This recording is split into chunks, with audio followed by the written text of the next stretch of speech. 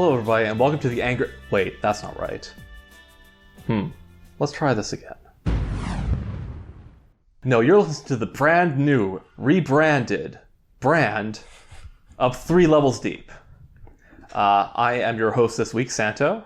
And I'm Alex. And I'm Matt.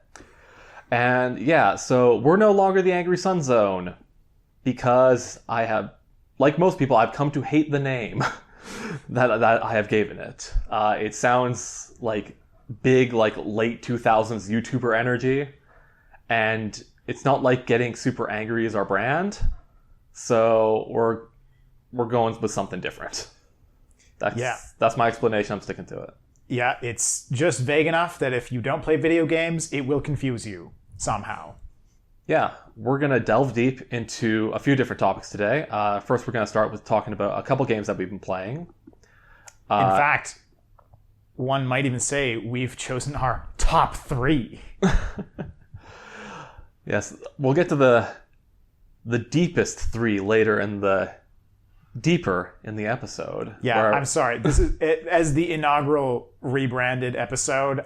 Get ready for way too many podcast title puns. Yep, absolutely.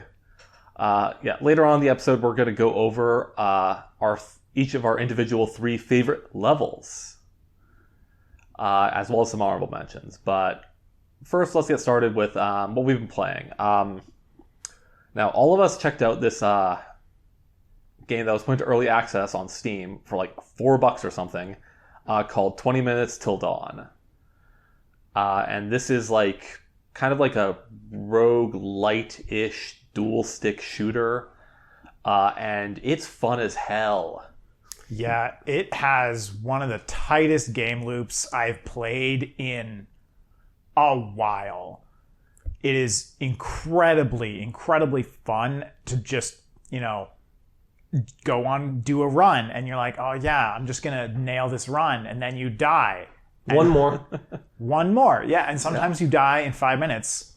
Sometimes you beat the game in 20 minutes. And so if you actually beat the game and survive the night for 20 minutes, difficulty goes up until you've gotten to the max difficulty, but then you really want to play again because that's not a long time.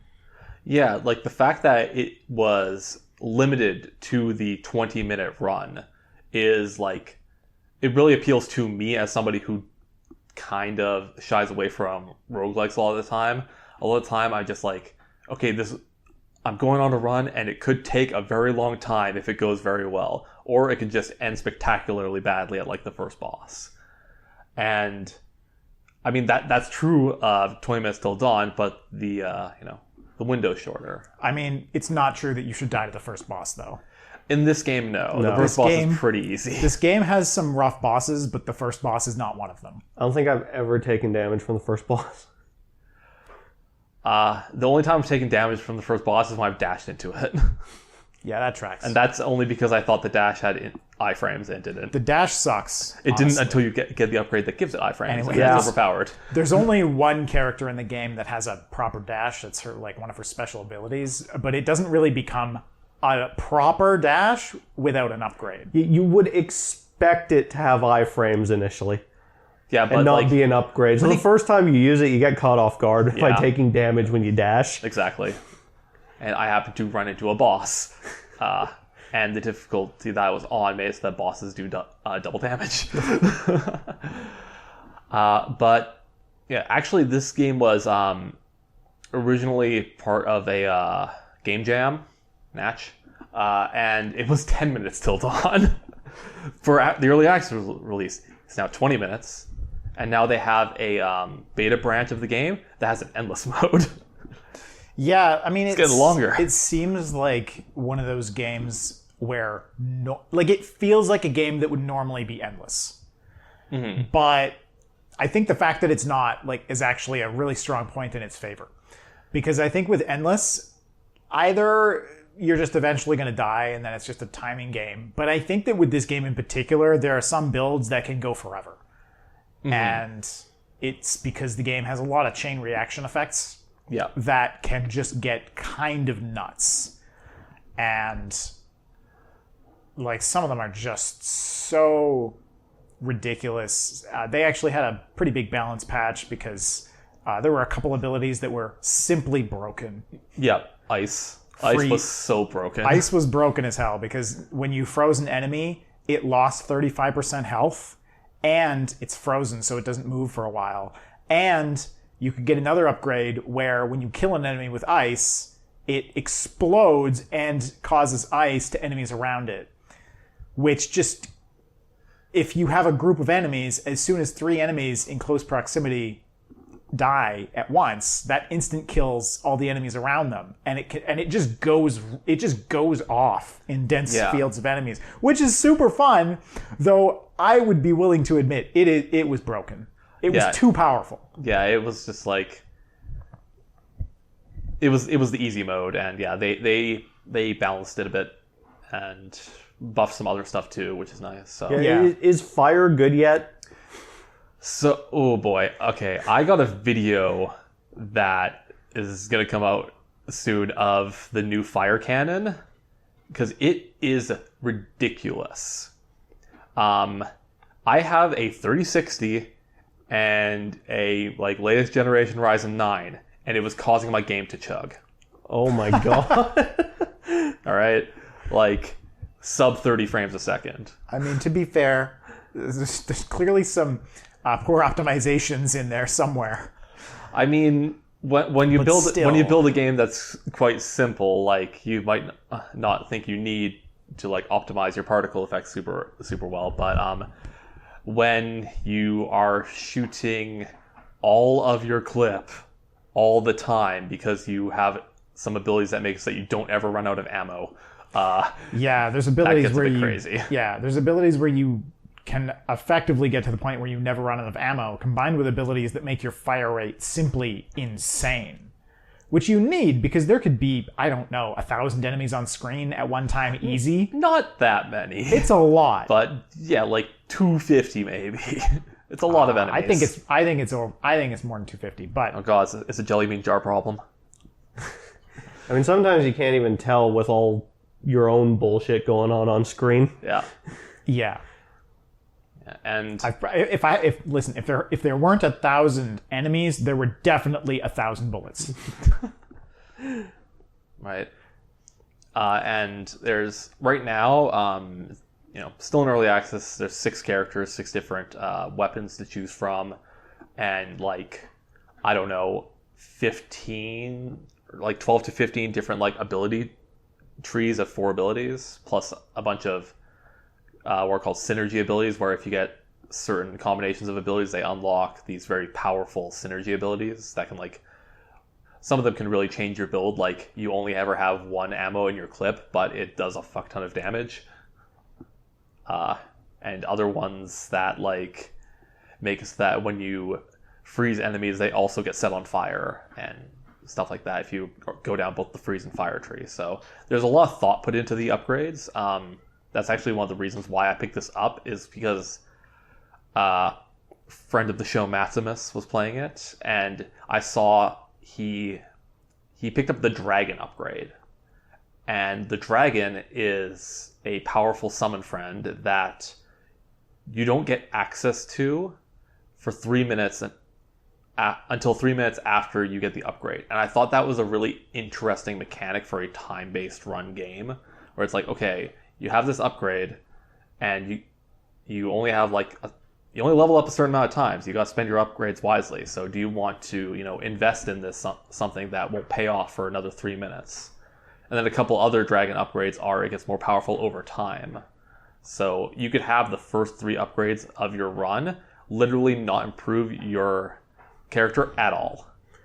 You can have your dragon fully upgraded before it even hatches. Yes. Yeah, and that's actually that's a recipe for a strong dragon. But let me tell you, on the higher difficulties, it is brutal to not have those first few upgrades if you try to get an early dragon. And if you try to get a late dragon, the dragon simply doesn't have as much power in the late game. Yeah, so it's that kind of really interesting risk reward was okay, that pulled me in. None of the other upgrades are necessarily like that. Some of them are kind of weak and then have like stronger ones down the tree that kind of have that same dynamic. But yeah, I think the closest analog to that I would say is kind of like you got to be careful about when you get stuff is when you're playing with the grenade launcher. Yes. There are a lot of abilities with the grenade launcher that are dangerous to yourself. Splinter is the worst. I haven't been able to beat the game with Splinter. Splinter makes it so that when enemies die, they spawn 3 bullets. Now, those bullets are going to be the same bullets as whatever your gun shoots. So when you're using the grenade launcher, Splinter makes enemy deaths spawn 3 grenades. And that can be extremely dangerous. Combine that with the summon knives that fly around and do the same amount of damage as your bullets, just killing enemies randomly, and you just have 3 grenades just popping out on screen, just you have no control over, and you're just running for your life from your own shit. Yeah, I really want to do a Splinter run. I really want to beat the game with a Splinter run that essentially just turns into me running away really fast as everything dies to grenades spawning all around me. Which is what, I think that's the only way a Splinter run with the grenade launcher is going to go.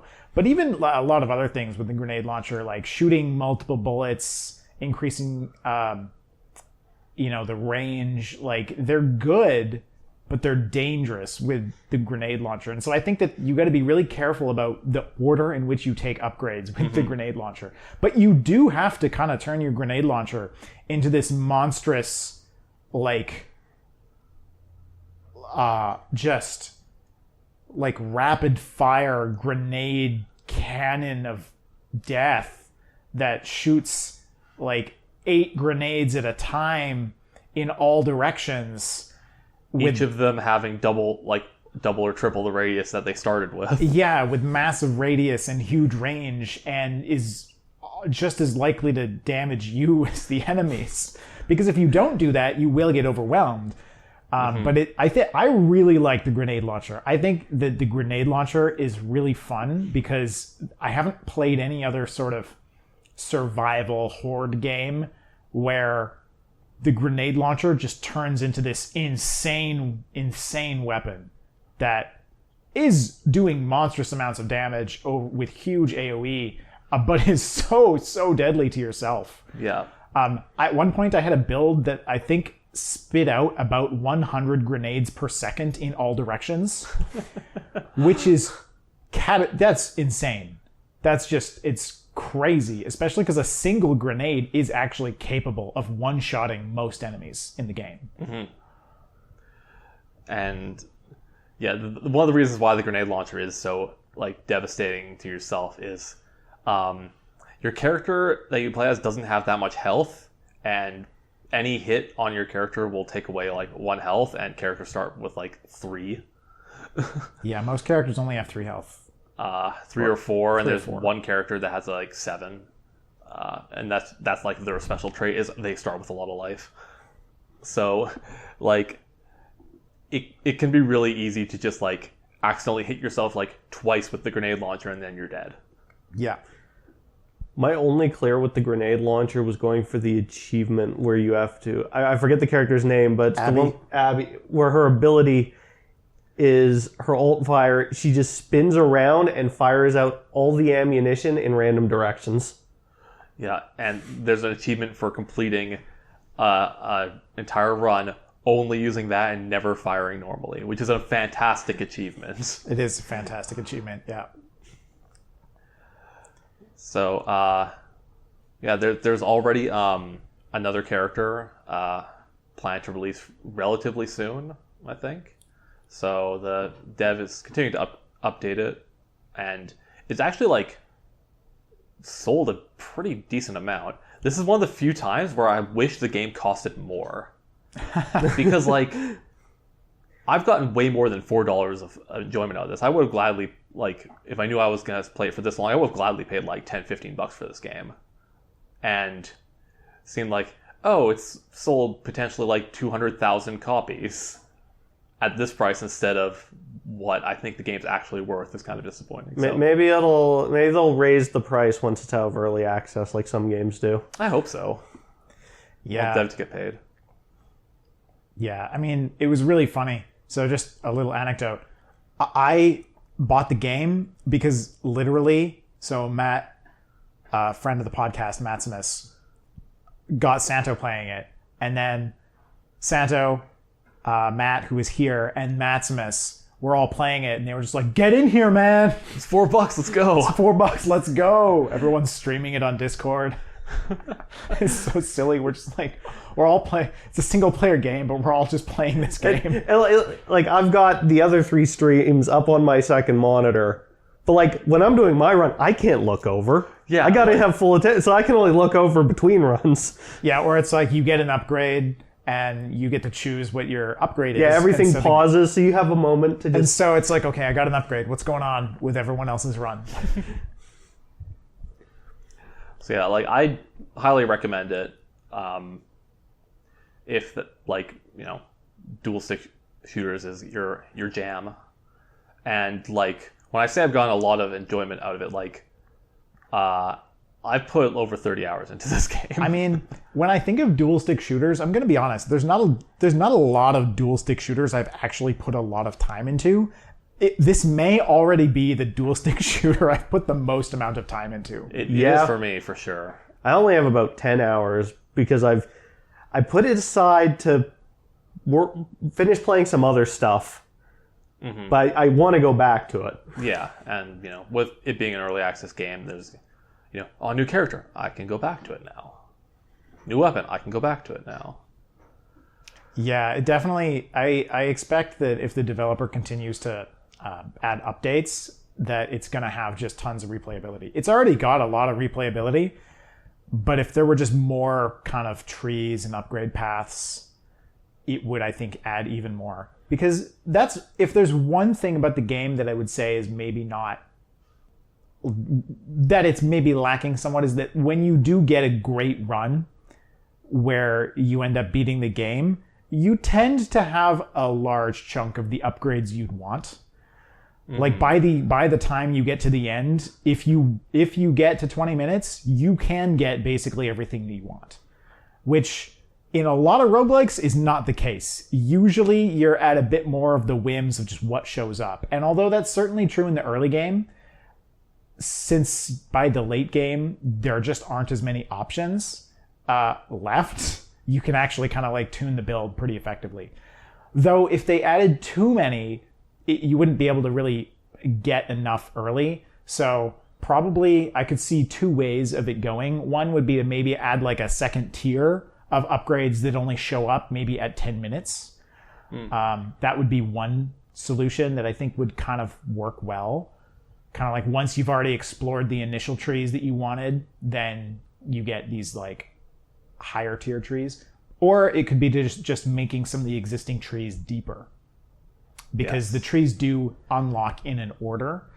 And so that would be another way of adding more sort of diversity to the possible builds, is just making the existing trees go further and have more synergies. As is right now, each tree is it's four perks each tree.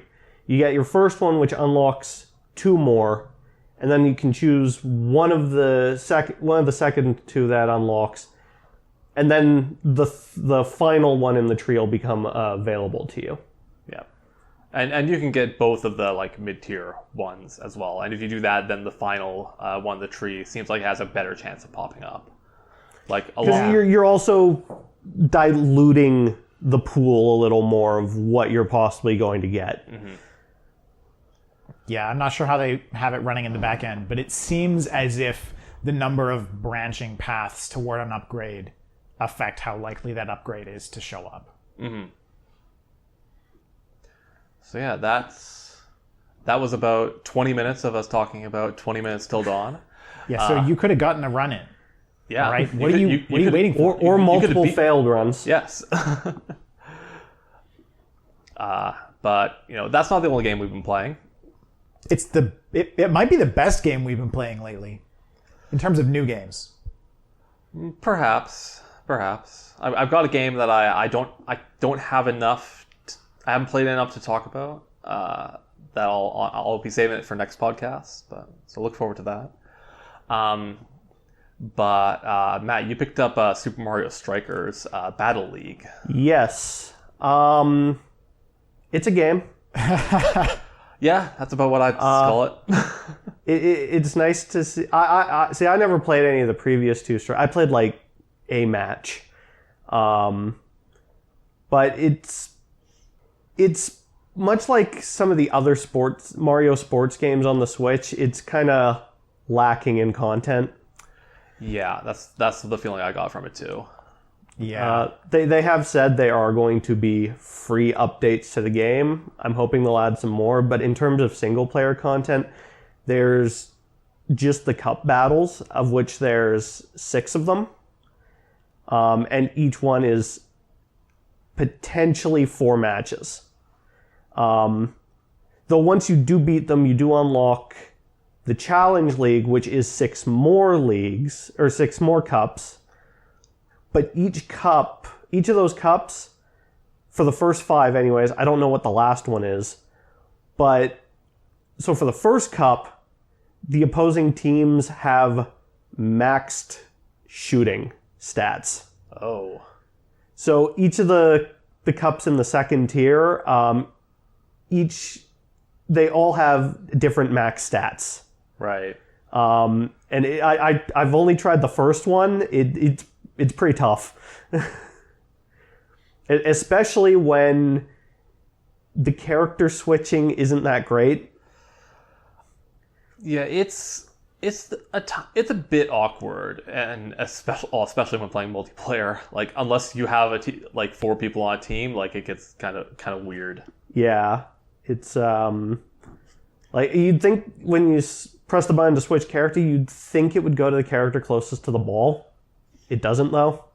Sometimes it does. Sometimes it does. Which is honestly worse. I'd say most of the time it does, but other times it's just like, wait, why am I this character all of a sudden? That doesn't make sense. Me and Sean were playing it a couple days ago, and we tried some of the cup battles, and we also did some customization with the gear. Oh, yeah? Okay. I haven't tried anything with the gear yet. Mm-hmm. Like, I forget, like, what... Like, he put some gear on Rosalina to make her a bit better at shooting and something else, I forget. But I insisted that he do max speed Toad. Max speed Toad? Yeah. And, okay, for... The team composition in this game is very strange because there's, like, all the different Mario characters. You know, Mario, Luigi, Donkey Kong, Waluigi, of course. And those you can only have one of on the team. But for whatever reason... You can do a full team of Toad and Yoshi. Yeah. Toad and Yoshi, you can have full teams of them. So we had the, Rosalina that Sean customized, backed up by 3 max speed Toads. Oh my god. And it was devastating. It was so messed up because, like, it doesn't matter that all the Toad's other stats were worse because they were so good at getting the hyper strikes and getting into a position where nobody was around them to shoot the hyper strikes that it was just easy. Because it's just like, oh, it spawned over there, I can get there faster than you.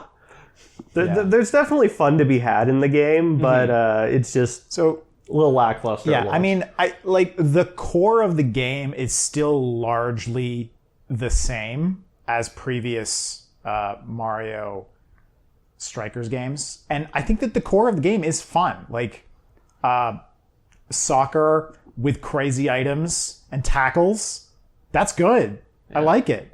Now, but I had the previous Wii game, Mario Strikers Charged, and I have to say it's really surprising that it feels in a lot of ways like a step back. Because I actually put tons of hours into Mario Strikers Charged for the Wii, including I spent quite a bit of time playing online and getting quite good at the online metagame. Because that's the thing, Mario Strikers Charged actually had like a metagame online because of the ability which has been removed mostly in this edition, which was that each character, especially the side characters, had a different deke. Yeah, the deeks are still in, and each character is like slightly different, but it doesn't go as different as Charged did. Yeah, in Charged, it was like, Boo's deke, he literally disappears with the ball and reappears somewhere else. Hammer Bro's deke, he just jumps up, throws down a massive hammer, and the hammer knocks out anybody, including the goalie.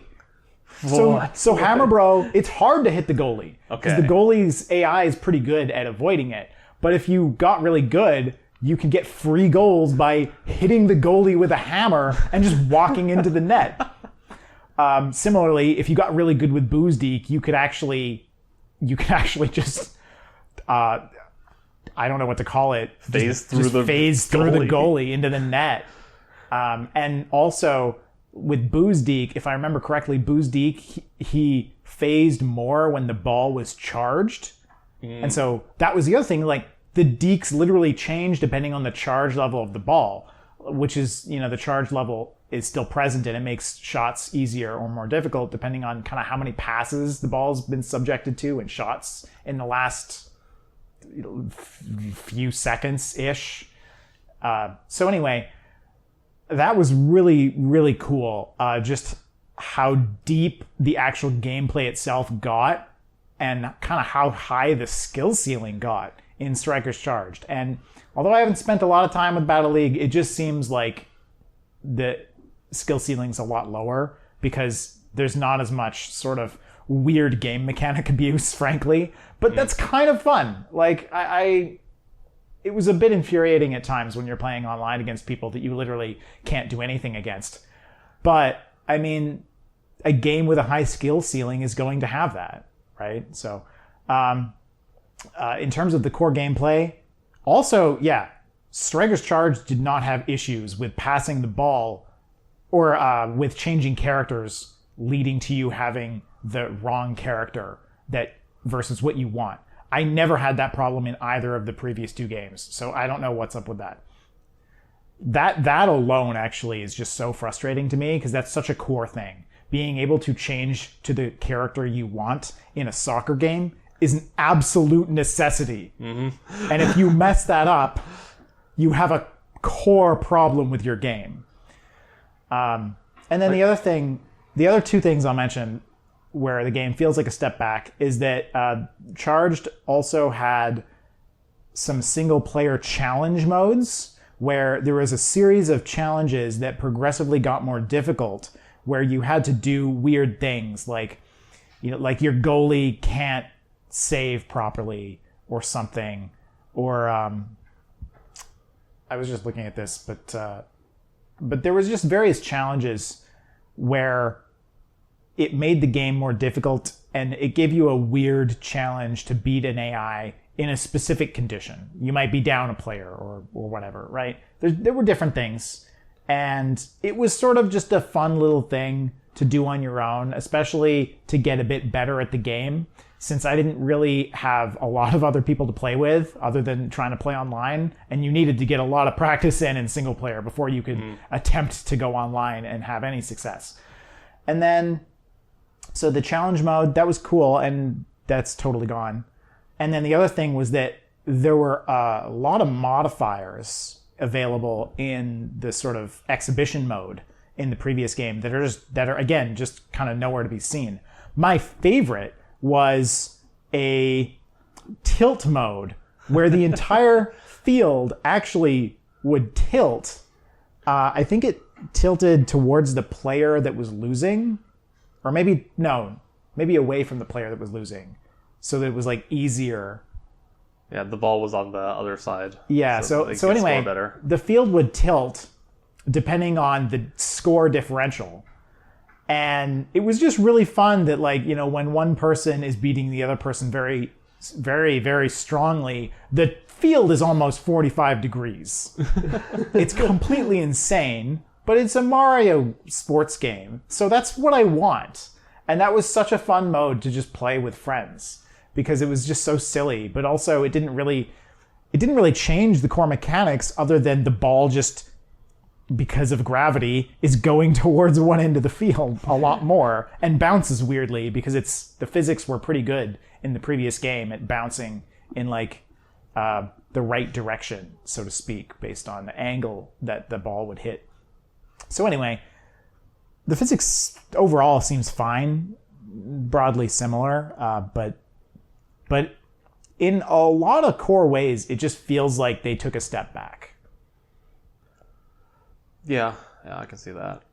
You'd think a soccer you'd think a soccer game would have more legs to it.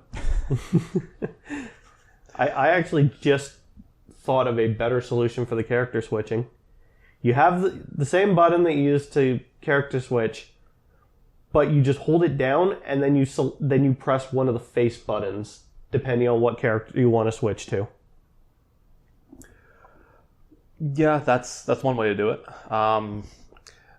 So there's like auto and manual character switching. I don't necessarily know what the difference is between that. Yeah, I haven't really looked into it. But like my guess is that one of them might be, hitting the button would switch to the next character in sequence. So if you want to switch to like, you're a person up front to the person in back, you did it twice or something like that. Okay, I don't know. or Perhaps using the analog stick to like choose in that direction, which FIFA has. I did look a little bit. I think for manual switching, if you pass to another character, you've got to switch to them to actually like if you're gonna like pass or shoot after that, you've actually got to pass the ball to them and then switch to them. It won't switch to them automatically for you to then pass it to someone else or shoot the ball. Well, that sounds awful. Yeah. It's like playing manual in any kind of racing game. Yeah. I was just going to say, if the game has an auto versus manual when the previous games didn't, it's because someone realized the auto mode sucks. They're like, let's patch in a manual mode instead of fixing it. And also the opposite's true, because when they add the automatic drifting into Mario Kart, that was way worse than the manual drifting. Yeah, that was way worse. All right, so that's Anyway, Battle League, it's okay. It's okay. Yeah, like I think they would need to add a lot to make it a good game, or like a great game. I think that like I know Alex, you said you had like some problems with like just the core gameplay of it. I think the core of it is fine. Like I think it's fun enough as a pick up and play thing. Like it's fun enough. I'm just disappointed to see them removing features that I thought were actually great and unique additions to a game. Yeah, but what are you gonna do? I'd like to Nintendo. see in the free updates. I'd like to see more characters that you can put multiple of on a team. Yeah, that'd be nice. Like Booz and Hammer Brothers, the generics. I also actually, that was one other thing we didn't mention. So the previous game had captains and sidekicks, and the captains were like your traditional Mario characters, your Mario, Luigi, Waluigi, Yoshi, etc. And then you had sidekicks, which was like Shy Guys, Hammer Bros, Booz, Koopas, etc. And you picked one team captain and then 3 sidekicks. And they changed it so that now you just pick 4 characters, which I don't know. I kind of like the sidekick system. I think it was neat, especially with all the deeks and stuff. But that's and they also had the different like special captain powers. Like Waluigi's, he would like start running and leave a thorn wall behind him and stuff like that. Yeah, I guess they kind of got rid of those special captain items too. Yeah, there's less items in this game for sure. Yeah, that's the thing. Like it's like the core is broadly the same. It just feels like it has less stuff. Yeah, and it's not got a lot of stuff. It doesn't have many modes, and the characters all feel actually quite similar. I disagree about that. Actually, okay, they don't feel similar, but they're not as different as they used to be. Right. All right. I think they put a lot of their time into those the high quality animations. Oh yeah, the animations are terrible, and there's not nearly enough of them. Yeah, there are not. I mean, there's not enough animations, but the previous games weren't any better in that respect. Well, okay, true, but it's coming from somebody who's played FIFA, where there's literally pages and pages of different button combinations for your post-goal celebrations. And, like, you could press a certain button combination to do a specific action while you're just, like, running on the field and celebrating, and then you do a different one to get a different cutscene at the end. So you could literally, like, you could run around with doing the dab pose. Oh my god, can you imagine the memes if you could dab with any of the Mario characters for your victory pose? Yeah. I mean, that would be kind of amazing. I mean, DK does, like, the running around with just the thumbs up. Yeah. Just, like, straight out, and that's pretty damn good. It's pretty good. Luigi already dabs in Mario and Rabbids Kingdom Battle. God damn it. I mean, yeah, that's the thing. I think that, having more animations, maybe the ability to influence which ones play, that would be really cool. And I think people love silly Mario animations. I'm just thinking back when Mario Kart 8 came out and the whole internet was ablaze with Luigi's death stare. Yeah. That was incredible. And I love his death stare. It's hilarious. And so, I think Nintendo would get actually I think had they put more animations in the game literally would have sold more just because people would have memed more animations. Yes. On Twitter and on forums and Discords and whatever. Like, that's, when you think about it, it's actually kind of a tragedy that they didn't put more in. Yeah. Not just because it's fun, but, like, actually probably a business mistake. Yeah. But anyway. Anybody else played any games that they want to talk about? Or yes.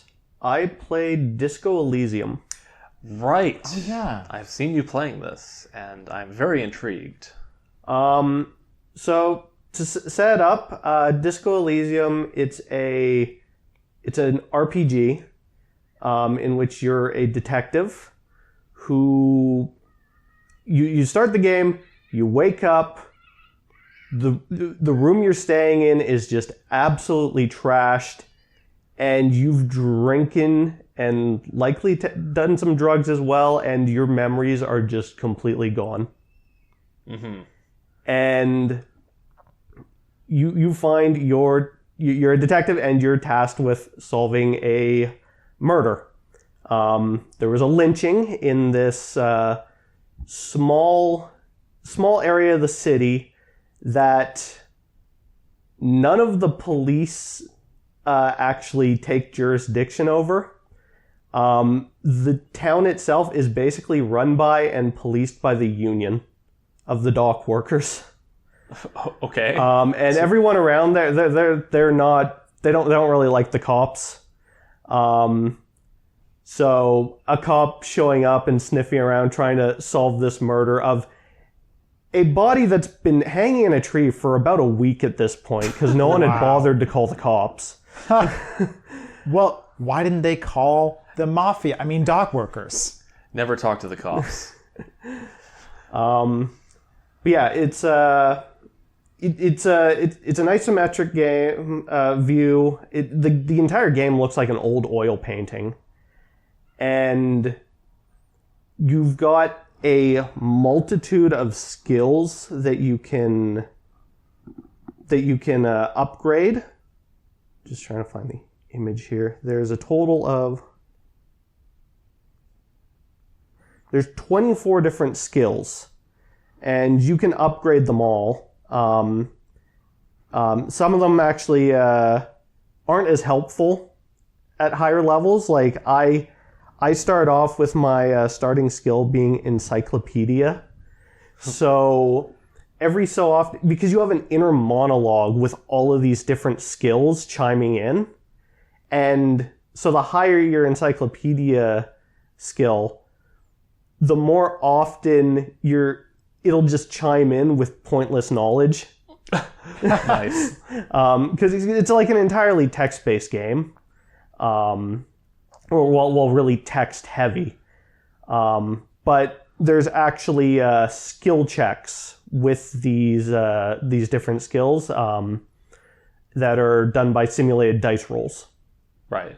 And yeah, it took me about 27 hours to get through. It was a fun game. My only issue with it is, it's very political. Like there's a lot of people from different walks of life in this game, a bunch of different political views. Like you've got the whole union shit going on with the dock workers and this game gives you a lot of freedom. You can be racist if you want. Yes. I have heard about this. I think you posted a screenshot from one of those dialogue choices, and it was so ridiculous, though. It was like, yes, I am down with racism. No, I'm not down with that. No, I am not down with racism. I steered clear of that. And then the third option was like, just walk away. I steered clear of that. Like a lot of the my focus was like, I don't care. I'm just trying to solve this crime. But yeah, from what I've read online, depending on the different skills you go with, like it can be it can turn, the way the game plays can end up being very different. But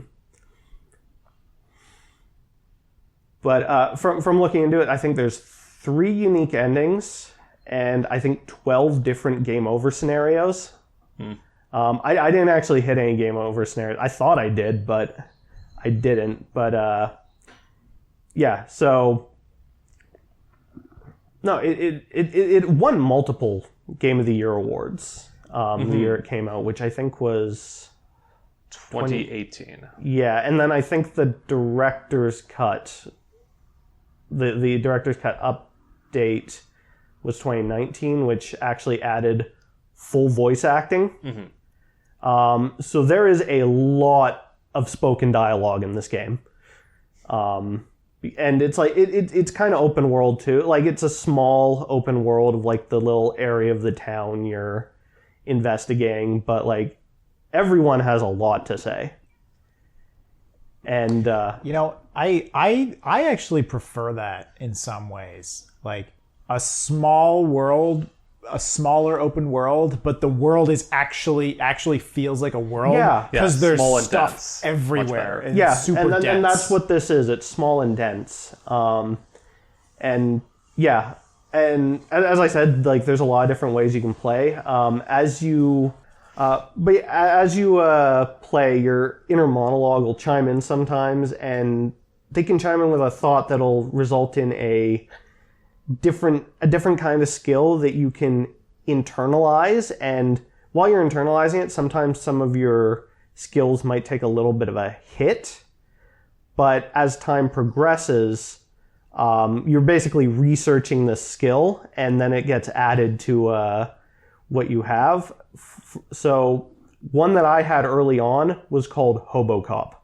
Hobo Cop? Because like you have no memory and you're just because of how much you trashed that room, they want you to pay like $100.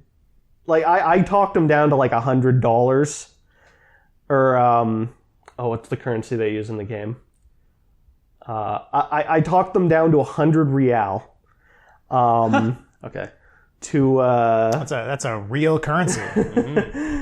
I talked them down, so I had to get together $100 to have access to my room again for the first night, or I was going to be a hobo. I was going to have to find somewhere outside to sleep.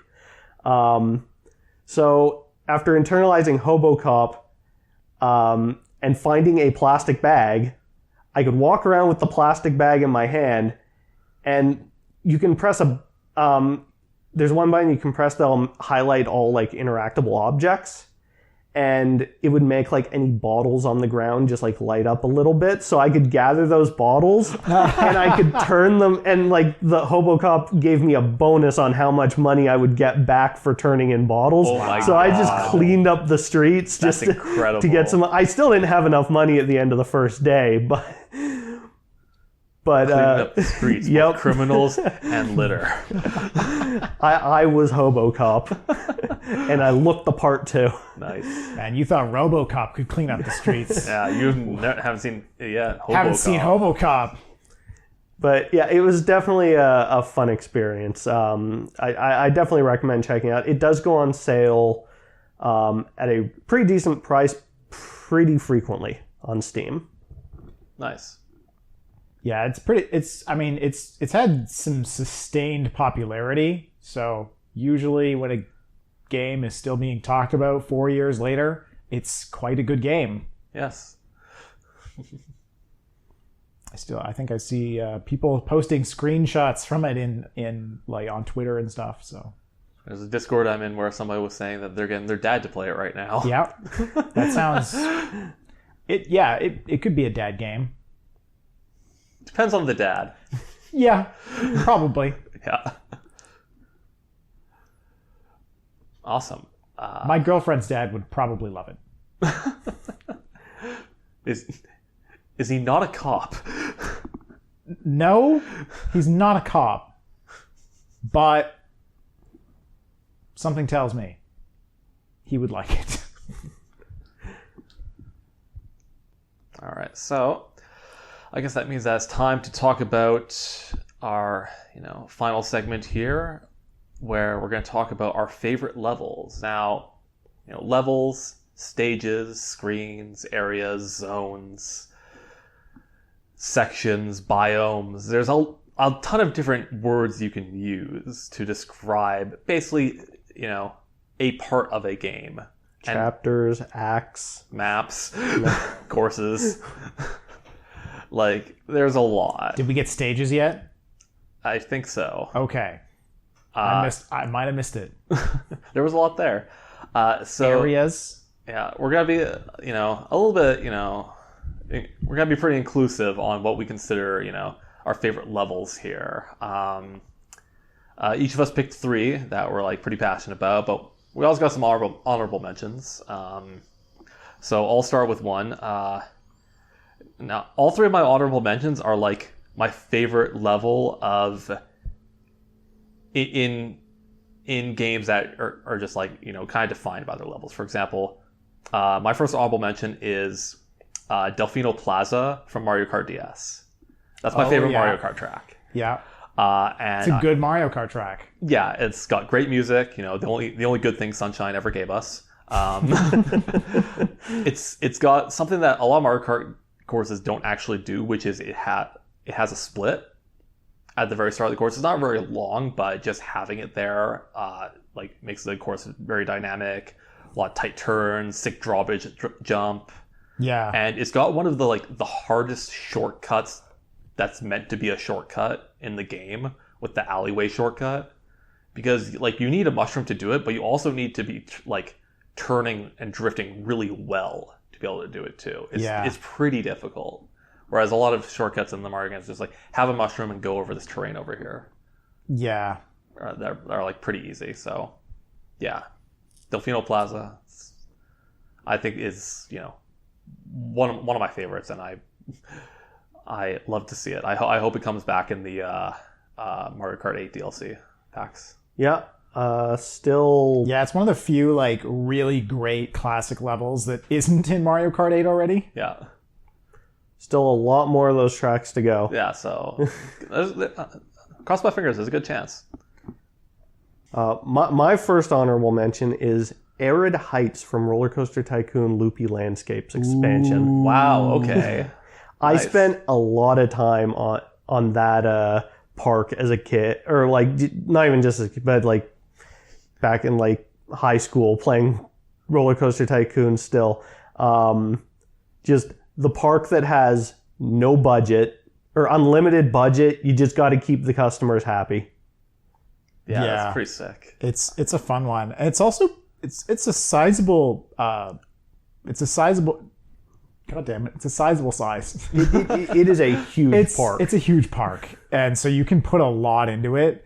And yeah, I definitely spent a lot of time just doing lots of dumb shit on that level. Just building huge roller coasters, just not having to worry about budget, just going crazy with it. Yeah, I think for some reason, I don't know why I ended up into this pattern.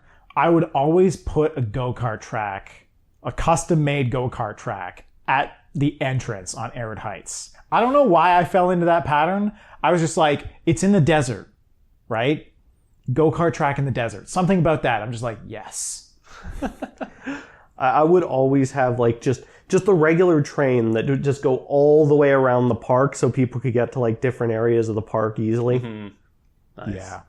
I never actually played that one. Like, as a kid, I never had the expansions for Roller Coaster Tycoon, and I was kind of really bad at it, so, like, even some of the, like, the beginner parks I couldn't actually beat. Oh, yeah. No, see, that was the other joy of Arid Heights, is that I think it's like, third level in Loopy Landscapes? Yeah, third or fourth. And so you don't actually have to be very good at Roller Coaster Tycoon to unlock that level. You start with it unlocked. Oh, do you? Yeah. Oh, okay. Yeah, and so then, you could just go to this park with unlimited budget and screw around if that's what you want to do, as long as the guests are happy, which isn't actually that hard to achieve when you have unlimited money. Yeah, just hire 60 handymen. Done.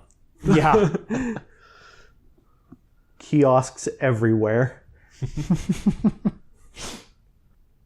Yeah, that's definitely a highlight from the Roller Coaster Tycoon series, I suppose. For my honorable mention, first one, this isn't really a specific level, although I'm sure I could pick specific levels, but just a big shout out to the minecart levels from Donkey Kong Country. Okay, yeah, totally. I fucking love those levels, and they're so fun. The game is mostly like more of a standard platformer, and then it just gives you these like crazy minecart challenges of just, jumping at the right time, like branching paths and, kind of getting the secrets by just like hitting the jumps perfectly and stuff like that. It's just, they're so fun and they have great music. Mm-hmm. Like they're like the rest of the game. Like the rest of the, yeah, like everything about Donkey Kong Country. But I love those minecart levels in particular, and they're so much fun. Yeah. And I mean, you could almost consider them a precursor to the vehicle interlude that is so popular in a lot of games. But those levels are just so much fun. I have such fond memories. Some of them are tough as nails, and you basically need to memorize patterns. But it's not to the point of like the Battletoads tunnel level. Yeah, dishonorable mention to the Battletoads hover bike level. Dishonorable mention to that hover bike level. I would always get fucked on that level because it's so hard. You need to know what's coming. You have to memorize it. But then, I would always lose too many lives to the tunnel to ever like beat the rest of the game. It's like the second or third level or something like that, right? Yeah, I think it's the third level. Yeah. In Battletoads. So anyway, that's how not to do tough. Yeah, Rare, get your shit together. Yeah, that's how not to do a tough old school 2D side-scrolling vehicle interlude. Whereas Donkey Kong Country, minecarts, hell yeah.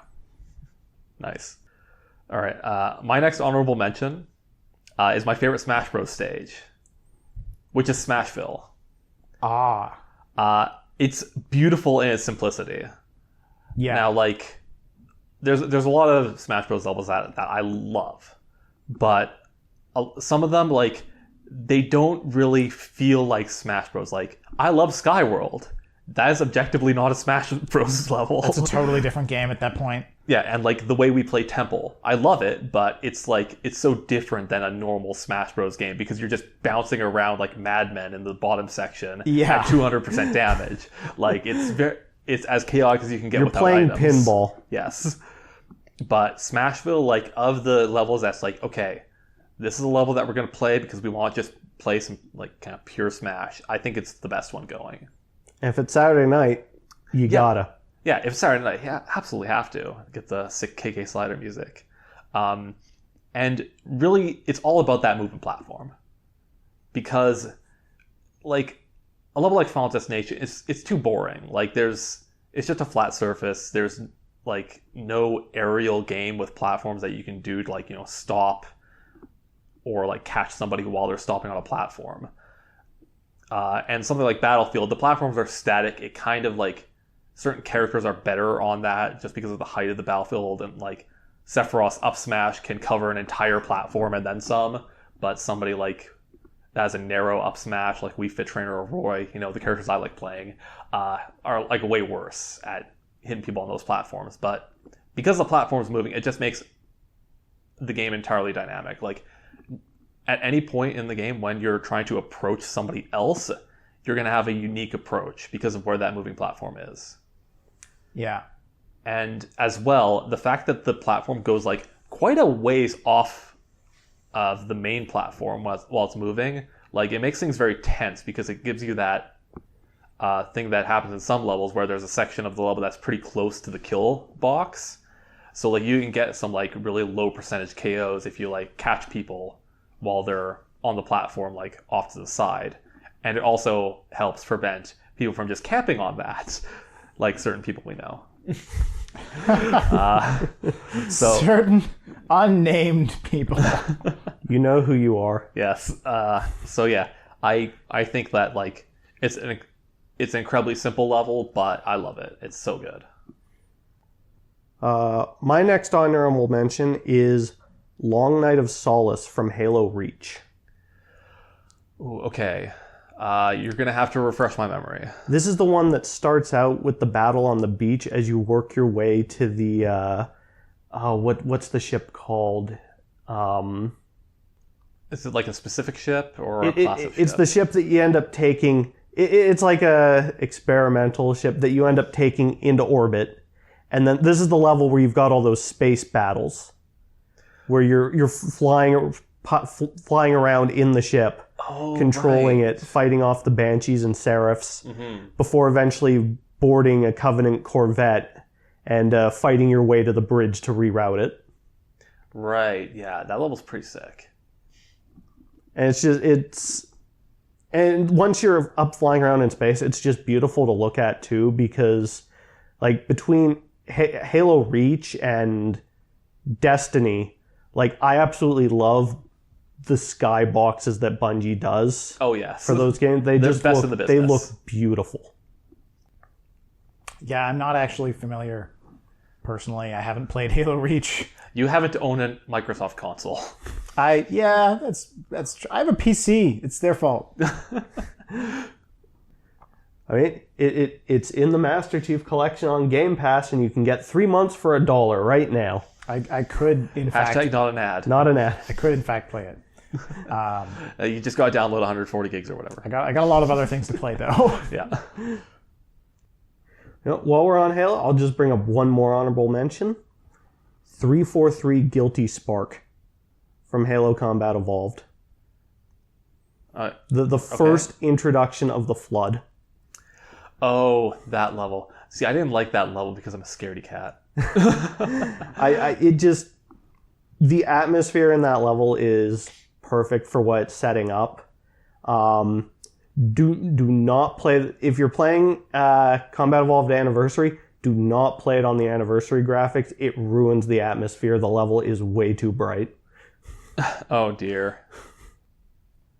All right, so my next honorable mention is a game that I think I actually had near the top of my list for my top video games, but it's the Cars level from Worms Armageddon. Okay. And the reason I'm putting this in as an honorable mention is because I played so much of that level in Worms Armageddon because it was one of my favorites for a few reasons. And really, it's the fact that the level lets you use pretty much all of the weapons and items in that game really effectively. You can do some crazy grenade lob shots across, the sort of tall pile of cars. There's some parts that are already open for going deeper in the level, so you can kind of like take cover from aerial shots. It's very deep, so if you want to make some bunkers by using the blowtorch, you can do that easily. There's some spots where you can make girder fortresses. It's open enough that you can use aerial bombardment weapons really effectively. If you're really good with the bazooka, you can do crazy bazooka shots on that level. Like, the level really has everything that I want in a Worms Armageddon map. And it's just one of the built-in maps. It's like available by default. And it's probably my favorite built-in map in that game. Nice. I think I rarely ever play on the built-in maps. I usually generated them. And I always went with like the cave ones with the closed ceiling, just for ninja rope shenanigans. Yeah, that's actually, I will say, that's the biggest thing that Cars doesn't have is you can still get some ninja rope shenanigans in. Oh, of course. To be clear, best physics in any video game is the ninja rope physics in Armageddon. Yeah, but in terms of an open top level, I think it's probably the best level in the game. Yeah, of that style. And like you said, the open top lets you use like the airstrikes and like bunker buster and all that stuff. I loved playing on like the generated cave maps, but it is pretty different. So yeah, that's my shout out to my favorite Worms Armageddon map. Nice. My last honorable mention is my favorite case from Phoenix Wright Ace Attorney, Rise from the Ashes, the DS exclusive final case from the first game, because like. I think it's weird to me that like, well, okay, I guess that isn't true. Like, I was gonna say like, it's weird to me that my favorite game is from the first game, but then I remembered, oh right, the first 3 games came out in Japan before this case ever came out because it was added to the DS release. So they actually did have a lot of time to nail the formula. It's got a great new credits song. First and foremost, it's the best thing about it. Yeah. Like a lot of different characters, like you have a different sidekick for this one, and it's you against Edgeworth in court, which, I mean, Edgeworth is my favorite prosecutor in the games. Like, he's great. Edgeworth is the best prosecutor. Yeah, like he's just the right amount of a dick, but also wants to see the right result. Yeah. So he doesn't start out that way. Oh, yeah, well, I mean, he... Hey, man, there's a little thing called character development, okay? Right. Love to see it. Yeah. You love to see it. And one of the things I thought was the best about this case is the gimmicks that they added because of the game being on the DS. This was done in 2 different ways. The touchscreen with the luminol to detect like bloodstains in the area, as well as fingerprinting, where you put like dust on a surface and then blow into the DS microphone to like blow it away. And like, as cheesy as those are, I thought they were kind of cool, and they added a dynamic to the case that is like not as much there in the other cases, where it feels more like actual crime scene investigation. Where in the Phoenix Wright games, oftentimes you are ambushed at trial by a bunch of stupid evidence, including updated autopsy reports, which are completely not fair and completely unrealistic. But in this game, like, you were able to like figure out like interesting facts that you could bring up in the trials like yourself. So you kind of had that knowledge beforehand instead of being like, oh shit, okay, there's this person's blood was at the scene. Fuck. And like who the actual villain ended up being, like it's a great character. There's a bunch of different twists, and how you actually win the case is really cool, because you, for once in Phoenix Wright, you actually use courtroom like law to win the case. Yeah. Which doesn't happen in any of the other cases. It doesn't usually. No. Every other case is full kangaroo court. This one, like, there's a little bit of like evidence law at the very end that lets you trap the real culprit. Yeah, I definitely agree that has to be my favorite case out of pretty much all the cases I've played in Phoenix Wright, because it's just so good. And like you said, they really had a lot of time to nail the formula by then, and it's great. Yeah. And one actually weird thing about how they nailed the formula is that, so the first game is kind of the only one that has the 3-day structure. Every other game went to only like a 2-day trial structure of like investigation, trial. This one, the first game, the third, fourth, and fifth trial all had 3-day trials, and like for like the third case, it kind of dragged on a little bit. The fourth case also kind of dragged on a little bit. The fifth case, though, it made use of those 3 days like very, very well. I thought, and like I haven't missed the 3-day structure in any of the other games. Like they've all been fine with just the 2-day, but you know they did do a really good job with this one. Well, and I think, like you said as well, the sort of additional investigative sort of features. Not only do they kind of help with just like really setting up kind of some immersion in what's going on, but I think they also probably help the 3-day structure work a bit more effectively. Mm-hmm. Yeah. It's weird, like you have more investigation and more investigation in the investigation. So yeah, that's my favorite Phoenix Wright case, or Ace Attorney case. We got to expand it to the universe. Yep. Gotta expand it, yeah. The extended universe. Mm-hmm. The extended universe, including Phoenix Wrong. My last honorable mention is what I see as the epitome of this genre of game. And it's Sen's Fortress from Dark Souls. Oh, no. Every time Dark Souls is brought up on the podcast. Fuck that level. Oh, yeah. Fuck that level. That level has such a... Yeah, that level's got some fucking bullshit.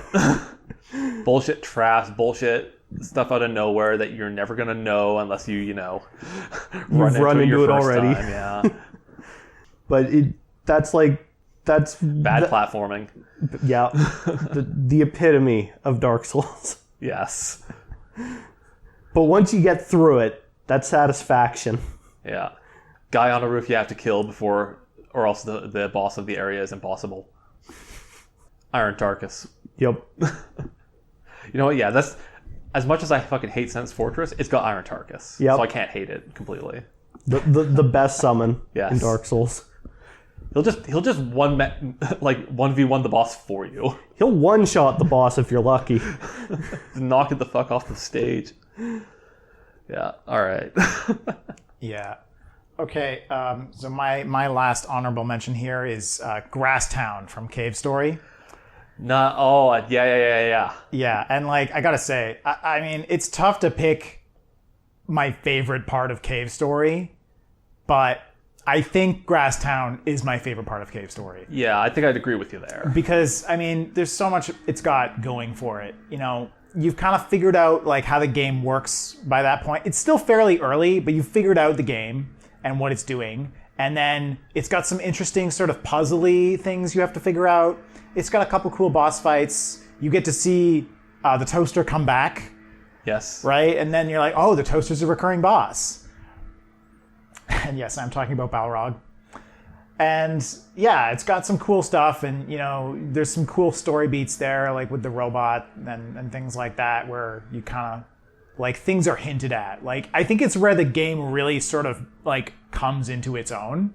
Mm-hmm. And also it just has absolutely banging sound like banging music. Like I get so bouncy, so energetic. So energetic, so fun, and like it's just it fits perfectly, and I love it. And everything in Grasstown is like basically perfect. Mm-hmm. I love Grasstown.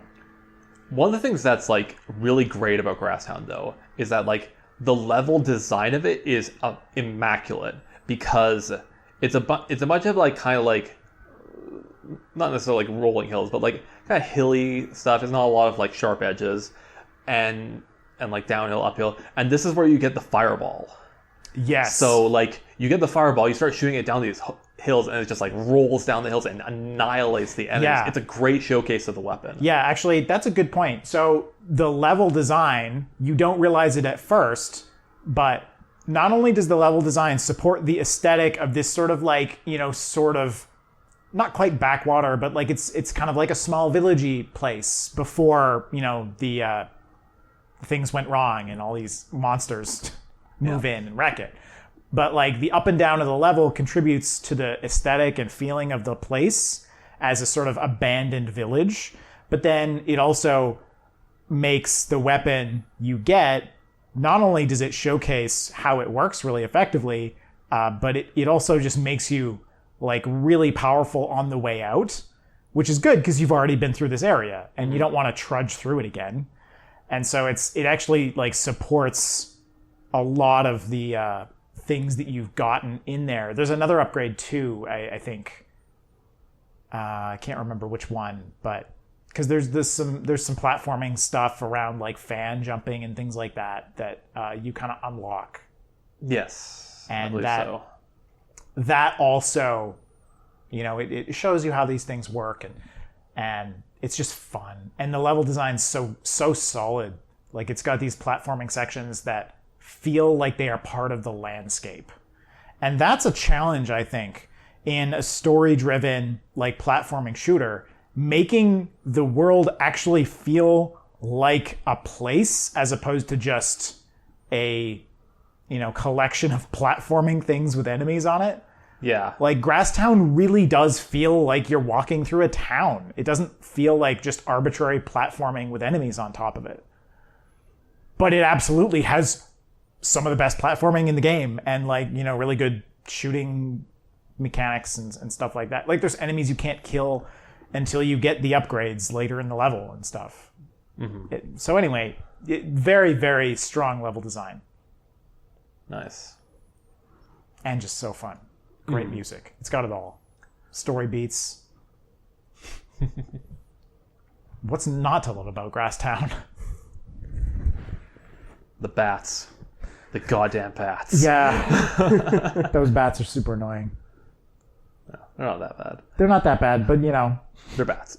They're bats. What game with bats are the bats not just a nightmare? MLB, the show. The bats are pretty like they're not that bad in that one. I suppose not. Okay, so bats are supposed to be a pain. So there's only one bat in that game that is like a good bat, and it's the happy fat bat. Yes. Near the end of the game, who you will kill and destroy his dreams, even though he did nothing to you and will not hurt you.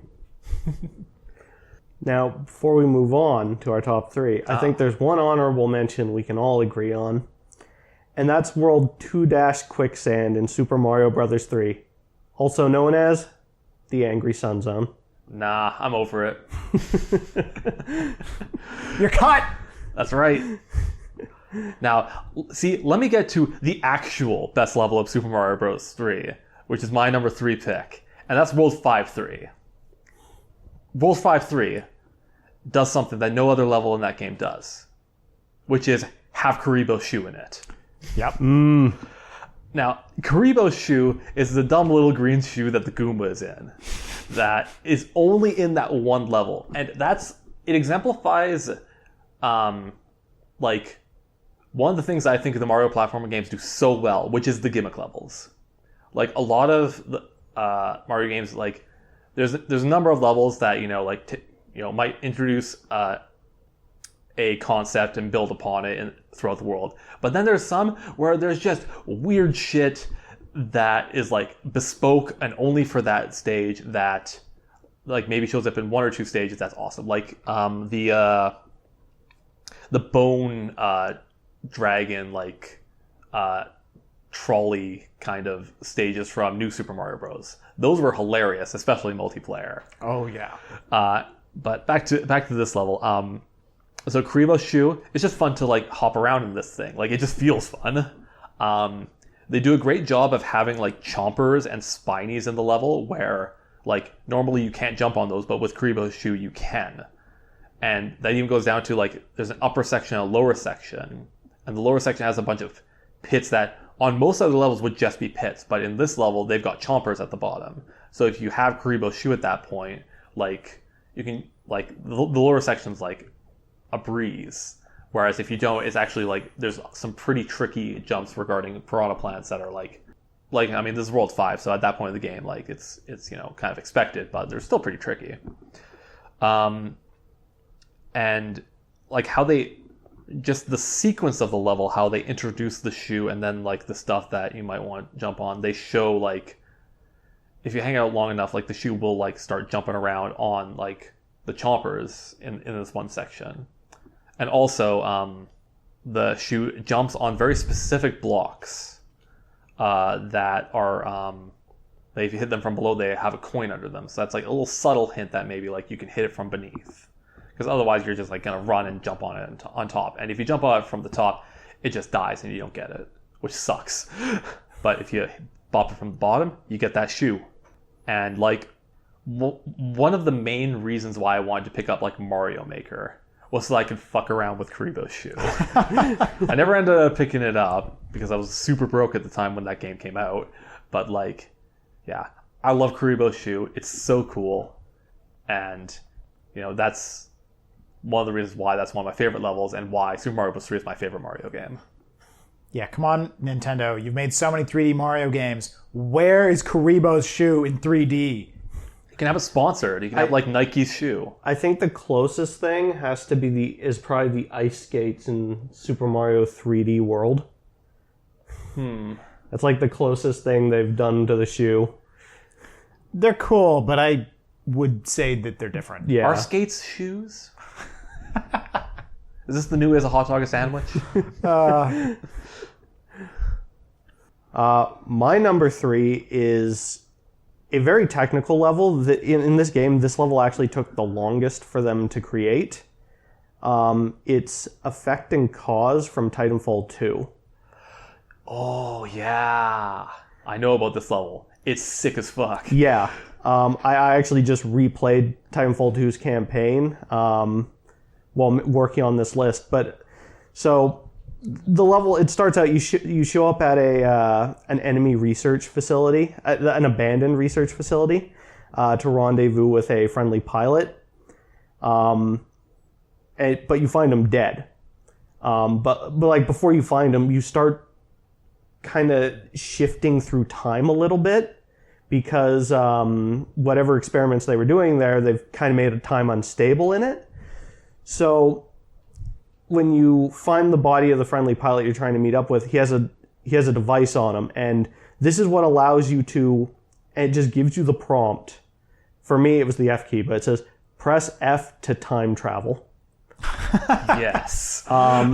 So what it does is when you activate it, it takes you from the present to the exact same spot you're in the past when the laboratory was still up and pristine and running and everything. And that's basically the whole mechanic of that level. You have to swap between times to progress through some areas, because like in the past, security's all up, there's these laser doors. Swap back to the present, they're shut off because it's all run down and destroyed, so you can go through the doorway. But in some places in the present, shit's on fire. So you gotta go to the past to be able to pass it. And there's some spots where like platforming and like the wall running rely on you swapping back and forth while you're doing this.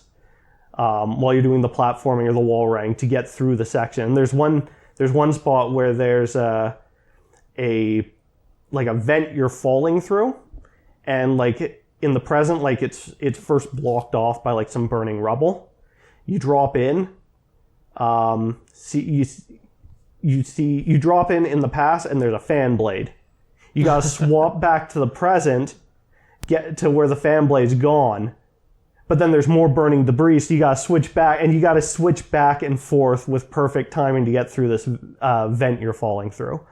But they also do something really cool with the combat here, because when you get to certain sections, there will be enemies in both time frames. So you have to manage fighting the enemies in both time frames at the same time as you're swapping back and forth. And what is nice is when you do swap, you see like for a brief period of time, there's like a little blue glow where an enemy was in the past or present, whichever you swapped from. So you'll briefly know where they still are going to be when you go back, but it just leads to you you're having to manage enemies in both time frames, and like so you might think, oh, I'm gonna swap back to regain some health. No, I'm getting attacked by something else. And like That's cool. I only replayed it on normal, but on my initial playthrough on the hardest difficulty, that just really adds to that and just makes it really a fun level. And there's even a section at the end where you get to swap between time in your Titan. Oh, nice. But then, there's some sections where the same enemies that are there in the past are still there in the future, or in the present. If you kill them in the past, they're gone in the present. Of course, yeah, you gotta do that. And from a technical sense, this was actually like a really tough level to make because, I mean, you think about like Halo Combat Evolved and Halo 2 Anniversary, where it's basically just the same thing, same hitboxes and everything, just like you're just swapping between the different visuals. This, you're switching between the visuals, but the hitboxes and everything are changing too. Because like there's there's platforms that are there in one time frame that aren't in the other, and it's just a fantastic level, fantastic design. Yeah, and like having to make sure your game's optimized enough so that you can have all those different assets, because like you said, in the past it's like very pristine, but in the present it's like very run down, very different visual look. Like you gotta have different assets for those. So yeah, that's like really impressive. Yeah, and and like seamlessly swapping between, you practically have to have the entire level loaded twice and be able to dynamically just flip a bunch of things instantly. Like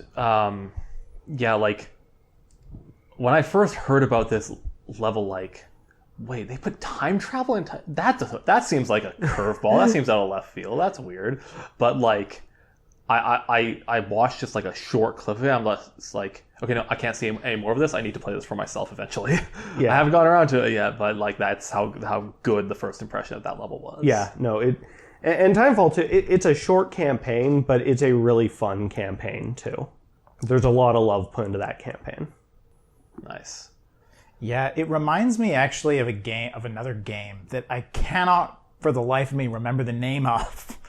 It was this weird shooter where you, and this is probably a fucking spoiler for the game, but I don't think it was particularly popular. But it was like this abandoned Soviet island, and it's a shooter, and you arrive at it, and then the game kind of has this mechanic where you're traveling back and forth between the present and the past. And in the past, it's this vibrantly alive Soviet like research station on an isolated island in the Pacific. At least I think it was the Pacific. And then, back in the present, it's just a decrepit, abandoned installation. And there's these kind of things where it actually sounds quite similar, though it wasn't as dynamic. You wouldn't be switching in between gunfights, really. But very much like for puzzle solving and things like that. But I can't remember the name of this game. But yeah, there was like, Tesla coils in the past and things like that. Like very much kind of inspired by this idea of like the Soviet time travel story that is kind of almost a trope because of Red Alert. But it was a shooter. And yeah, it was actually, it was fun. It wasn't like, it didn't blow my mind mostly, but it had some fun stuff in it. It sounds like they might have been inspired by it because I think it was before Titanfall 2. Actually, they said their inspiration came from, it was a History Channel documentary. I forget what it's called right now, but it was one where it was focusing on what would happen if humans just disappeared. And it showed like modern day the cities, and then like what they would just look like completely abandoned and just time had just taken over. That's where they got their inspiration from. So you're saying they got their inspiration from Tokyo Jungle. But with less Pomeranian fucking. Oh, actually, here we go. It was called Singularity is the game I'm thinking of. Oh, okay. When you said like time travel shooter, I'm like, I know there was a game called Singularity about that name that. I didn't realize it was like really Soviet themed though. Yeah. I thought it was just like near future stuff, but that's kind of interesting. Yeah, so I mean, it was a little bit like, it was like, it was a little bit of both. It was like, I think near future sort of with some sort of, there was like, because you're Americans, right? But I think you have a bit of near future American tech, but then there's this like sort of Soviet punk old tech that you get from time traveling. I don't know. Tesla coils aren't real, but it had this weird like, like 60s. That's what they want me to believe. That like sort of like 60s, exaggerated 60s era stuff, like maybe like, think like Team Fortress 2, right? The big computers and stuff like that, but like with fantasy Soviet tech, like Tesla coils and fantasy Fallout, basically. And then real, almost like Fallout, but Soviet style. Anyway, Singularity. It was a competent shooter. Like it wasn't. It was a B game. It was a B game. Yeah, but it was a good B game. Like I enjoyed it. It was from the era of B games. I enjoyed it. Like it's one of those games that people don't really talk about it a lot, but it was a good game and solid. It's kind of like The Saboteur, right? Another B game. Another B game, but I liked that game, right? It's GTA, but in World War II France, and it fucking works the concept to the hilt. It has racing sections where you're in an old school like Grand Prix car that like looks ridiculous because it's from the 1930s. Like the car is, because obviously it would have been old even at the time. But anyway, I'm getting off topic here. Yeah. B games, man. We should have a B game episode. We should. Did the B movie have a game adaptation? I think so. Ooh. The jokes are writing themselves for our future episode. Yeah. So anyway, I don't know if mine are in an order, but I'm going to start off with for one of my top 3 levels. It's actually a chapter, and it's Chapter 3, Glitzville from Paper Mario: The Thousand-Year Door. Oh yeah, Glitzville is so good. Glitzville is incredible. So Paper Mario is an action RPG, and it's a lot of fun. But where the real the shining stars of Paper Mario. Fuck off. the ones you're collecting? The ones you're collecting. But anyway, like the real fun of Paper Mario is, I think, the writing. Like the games are just like, they have great writing and they're tons of fun.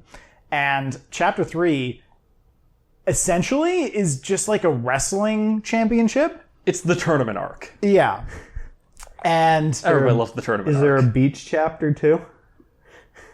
I don't know. I don't know if there's a beach chapter in the Thousand-Year Door. There's definitely a beach chapter in a Paper Mario game. I just can't remember which one. There's a hot tub adjacent chapter.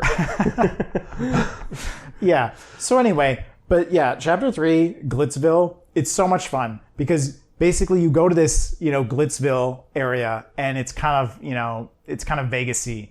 But then the star that you're looking for, the Power Star, is just on a championship belt.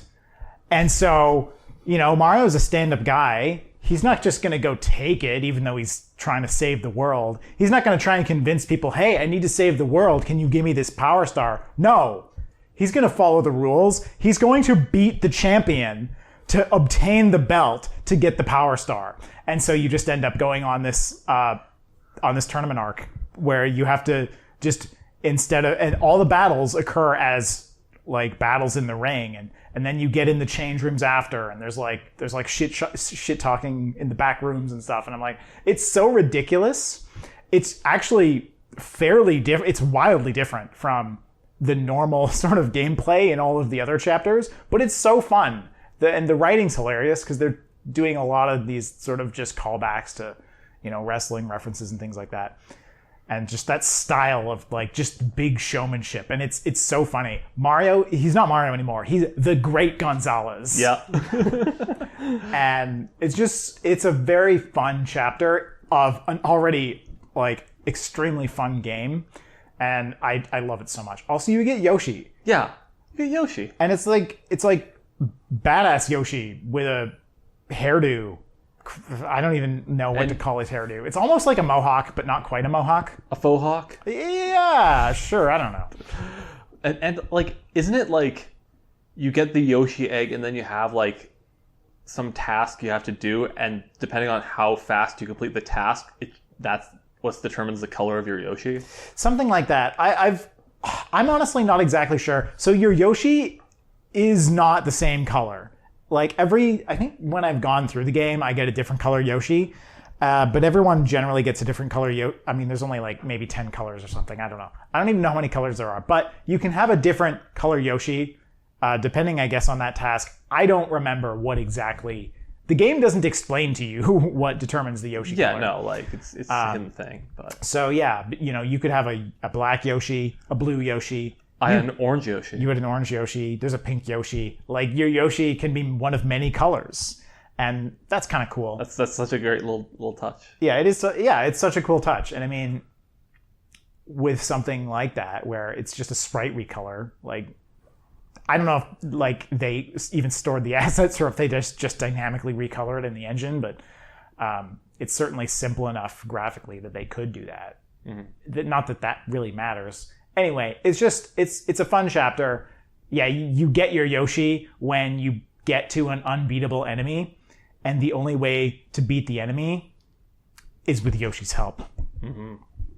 So, yeah, really fun chapter. And like, the champion, he's not really a villain. He's just the reigning champion. Yeah, and he's just, as reigning champions are, kind of a dick. Yeah, he is kind of a dick. It's true. But I mean, he's not evil though. Yeah, he's Rock Hawk. Rock Hawk. Yeah. So I just love that chapter. It's a really fun chapter, and the music, the like championship battle music, it's just stuck in my head. It's so fun. Yeah. So that's my. It's funny because like in a way it's almost kind of like the gimmick chapter of that game, because again it's very different in terms of the way it plays out than the usual Paper Mario formula for a chapter, but tons of fun. Totally. All right, my number 2 is from Battlefield Bad Company 2. Ooh. And it's Laguna Presa. Laguna Presa is the map that's kind of like wetlands jungle-y. It's one of the smaller maps in the game. Yeah, okay, so... I'm specifically talking Conquest here. If I'm remembering right, that's the one where one side starts up on the hill. They have to fight down through a forest to a shitty shack. Around. There's a shack around one There's a couple shacks, in fairness. Yeah. There's more than one shack. There's more than one shack that you can blow up. If you're in rush mode, there's a shack around the rush point, though. And then the other team, they have like this sort of base area. Yeah. And in Conquest mode, which is mainly what I'll be talking about here, only one I'm talking about here. I didn't actually play Rush that much. There's the two starting bases. One's like in the back, kind of flat ground. One's up a hill a little bit. There's the like area that's like bordering a swamp that's got a few different houses on it. And jet skis. I think it's the only like Conquest map in the game with the jet skis. I think it is. So that's just like another awesome like custom thing that they added for this one level. And the jet skis, like, they're not that useful, but it's so dope that they're there. Yeah. Yeah. Then there's another control point that is up on a hill. Like it's got like like two different entrances and like kind of cliffy sides around it. So like. The sightlines on this map are incredible. Like, there's a lot of like natural brush and like small cliffs and hills that are just like blocking things and making it so that it's very easy to just like kind of run around. Like, I mostly played this map playing as Recon so I could have the ghillie suit with a shotgun and the motion tracker. And I would tear it up on this map because it was small enough that you could be super mobile. You could have the ghillie suit let you blend in very well. The motion tracker, it was so overpowered in that game. And like the last control point was like kind of in a swampy area with like a couple kind of like tables around it and like the UAV spot, which was a terrible UAV spot because it was just completely out in the open. So never use it. But yeah, like it's my favorite shooter level ever. Like whenever that level came up, I was just overjoyed because it was just gonna be so fun. Yeah, it was definitely, and I just checked. I was a little confused, to be honest. But that level's also really solid, and I think I agree that was the best Conquest map. But it was a very, very solid level design. And I think the thing about it that is really good is that it's actually quite balanced. Like, I don't think infantry or vehicles have an advantage on that map. And additionally, I don't even think different kinds of vehicles have much of an advantage on that map. Well, there's not that many vehicles. Yeah. I'm pretty sure there's no air vehicles and only one tank per side. Yeah, but It's very but the concentrated. tank versus like the sort of IFV, like they're both good. I want to say Bad Company 2 was actually the last Battlefield to have good vehicle to on-foot player balance. Yeah, because the maps were made for a console player base that wasn't 64 people a match. Yeah, I actually think Bad Company 2 was probably like it might be my favorite Battlefield game. It is. It's my favorite shooter. Of anything. And the only and none of the newer Battlefield games I've played since it are in the running. Like the other Battlefield game that might be my favorite is 2142. And that's completely different. And it's totally different. But 2142 has massive maps. Yeah, because it's a PC game. Yeah, well, and it really utilized those huge maps to great effect with a completely different style of gameplay. And I think that a lot of the stuff I've played since then is in kind of a middling ground. And I don't know if it's perhaps because maybe it's the limitations of consoles are still there, but not gone. Or maybe just it's the design philosophy. I don't know what it is, but definitely the maps aren't big enough, but they're also not small enough.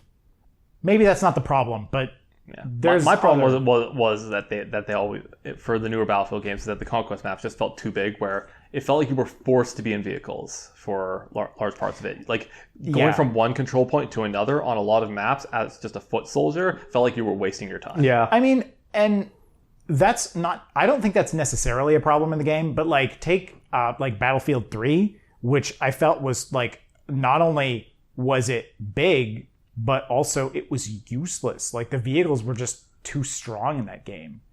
Especially like the tanks just dominated and it was really hard to destroy them, which is actually kind of funny because I won't go really far into this too much, but as we have seen from some modern conflicts, tanks are extremely vulnerable to infantry rocket weapons. Extremely.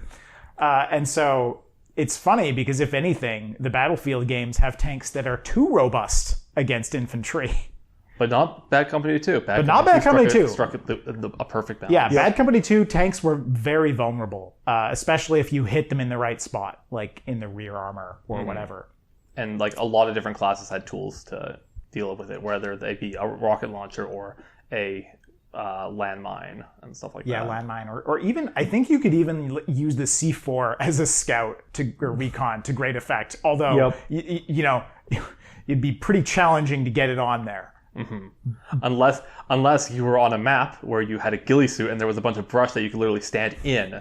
That's another thing. It wasn't like a bunch of like bushes and stuff that like had collision. You could like run through them and stand in them and stuff. Yeah, it was absolutely great.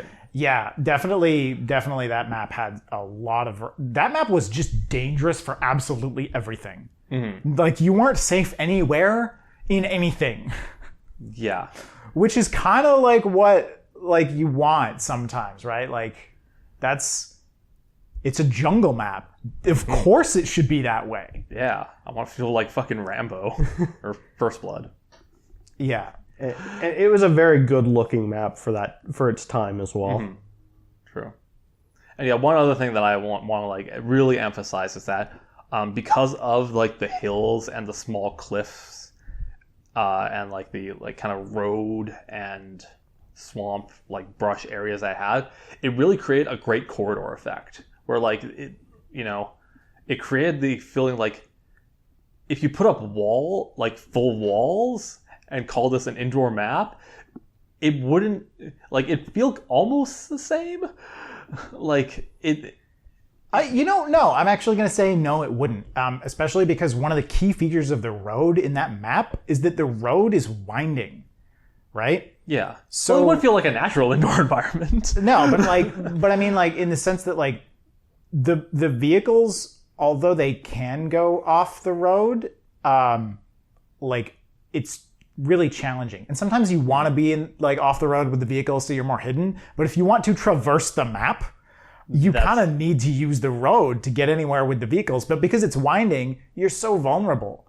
Because you can see through it when you're looking at something as big as a vehicle across these longer distances. But because the longer distance is a big winding, S kind of shaped road thing, it means that the vehicles just have to traverse kind of back and forth. And it's that's a really good concept as the sort of anchoring point for the vehicle play on that map. I don't think that a lot of other Battlefield maps really have, certainly some of them have roads and sort of pathways that the vehicles are going to be able to move rapidly on, but none of them are really in such a winding sort of pattern that's still flat. There's some winding mountainous ones and things like that, but most of the other Battlefield maps are big, larger sections of flat ground. Yeah. Or defined buildings. Yeah. That's why I mean when I say it creates a corridor effect of there's not a bunch of buildings on the sides that you're driving this tank down, but it's just terrain is kind of creating the corridor for you. Yeah. That's what I mean. Yeah. But it's a corridor that you can see straight across, albeit with lots of brush in the way. Yeah. Yeah. But I mean, you could smoke a vehicle from across the map potentially. Yeah, because there was enough elevation changes that you. Although it would be very difficult to see what you're doing in order to hit it, because even the vehicle hides in the brush when there's the entire map in the way. Mm-hmm. Although it's one of those maps where just blindly firing actually gets you kills sometimes. Random grenade. It's the best strategy. Yep. Yeah, so that's that map. Solid map and probably the best Battlefield game if you average the opinion of us. Yeah. Yep. Definitely my all-time favorite map in Battlefield. Mm-hmm. My number 2 is Chapter 6 from Portal 2, The Fall. I love this level. The first major set piece you encounter being this 4 to 5 story tall vault door that you have to press 2 buttons within a certain time period to open it. And once you do, it's this big dramatic just opening of the door. And once it's fully open, the lights turn on to just reveal that all that was behind that door was a wall. And at the bottom of the wall at the ground is just one normal sized door. With a folding chair sitting next to it for a security guard. And then you walk in, and as you advance, you get into this nice old 50s looking lobby, and this is where you start getting the pre-recorded messages from Cave Johnson, voiced by the fabulous J.K. Simmons, and these. The writing for these recordings is just some of my favorite writing in video games, just with the humor in these lines. Yeah, oh man, just all right, I've been thinking, when life gives you lemons, don't make lemonade. Make life take the lemons back. Get mad. I don't want your damn lemons. What am I supposed to do with these? Demand to see life's manager. Make life rue the day it thought it could give Cave Johnson lemons. Do you know who I am? I'm the man who's gonna burn your house down. With the lemons. That's honestly one of the best. That might be one of the best lines ever, recorded for a video game. That is actually the next chapter. But it just all these great dialogue, it just carries on into the next chapter. I mean so that's the peak right there. Yeah, but I just love the initial setup of Chapter 6 with that huge door, that huge vault door. And then like the chapter also just introduces 2 new mechanics in the repulsion and propulsion gels, which become a key component for solving like the majority of the remaining puzzles throughout the game. And it's just going through that, just hearing all those fantastic lines of dialogue from Cave Johnson. It's just it's great. Yeah, I mean, Portal 2 is just... I was really tempted to try and pick a level or something from either Portal or Portal 2, and I just kind of gave up because I couldn't choose because it's so tough. Like, so much of those games is really, really solid. Like GLaDOS in a Potato is fucking hilarious. It makes no sense, but it's fucking hilarious. I mean, that's how like Chapter 6 starts too. You're just falling. You're just falling, and GLaDOS is just there in a potato battery, just checking to make sure her slow clap feature just made it in. Well, and then at one point, a raven just steals the potato. Flies off with it. Like, it's so good. It's so funny. And, you know, the core puzzle-y mechanics of Portal are really fun.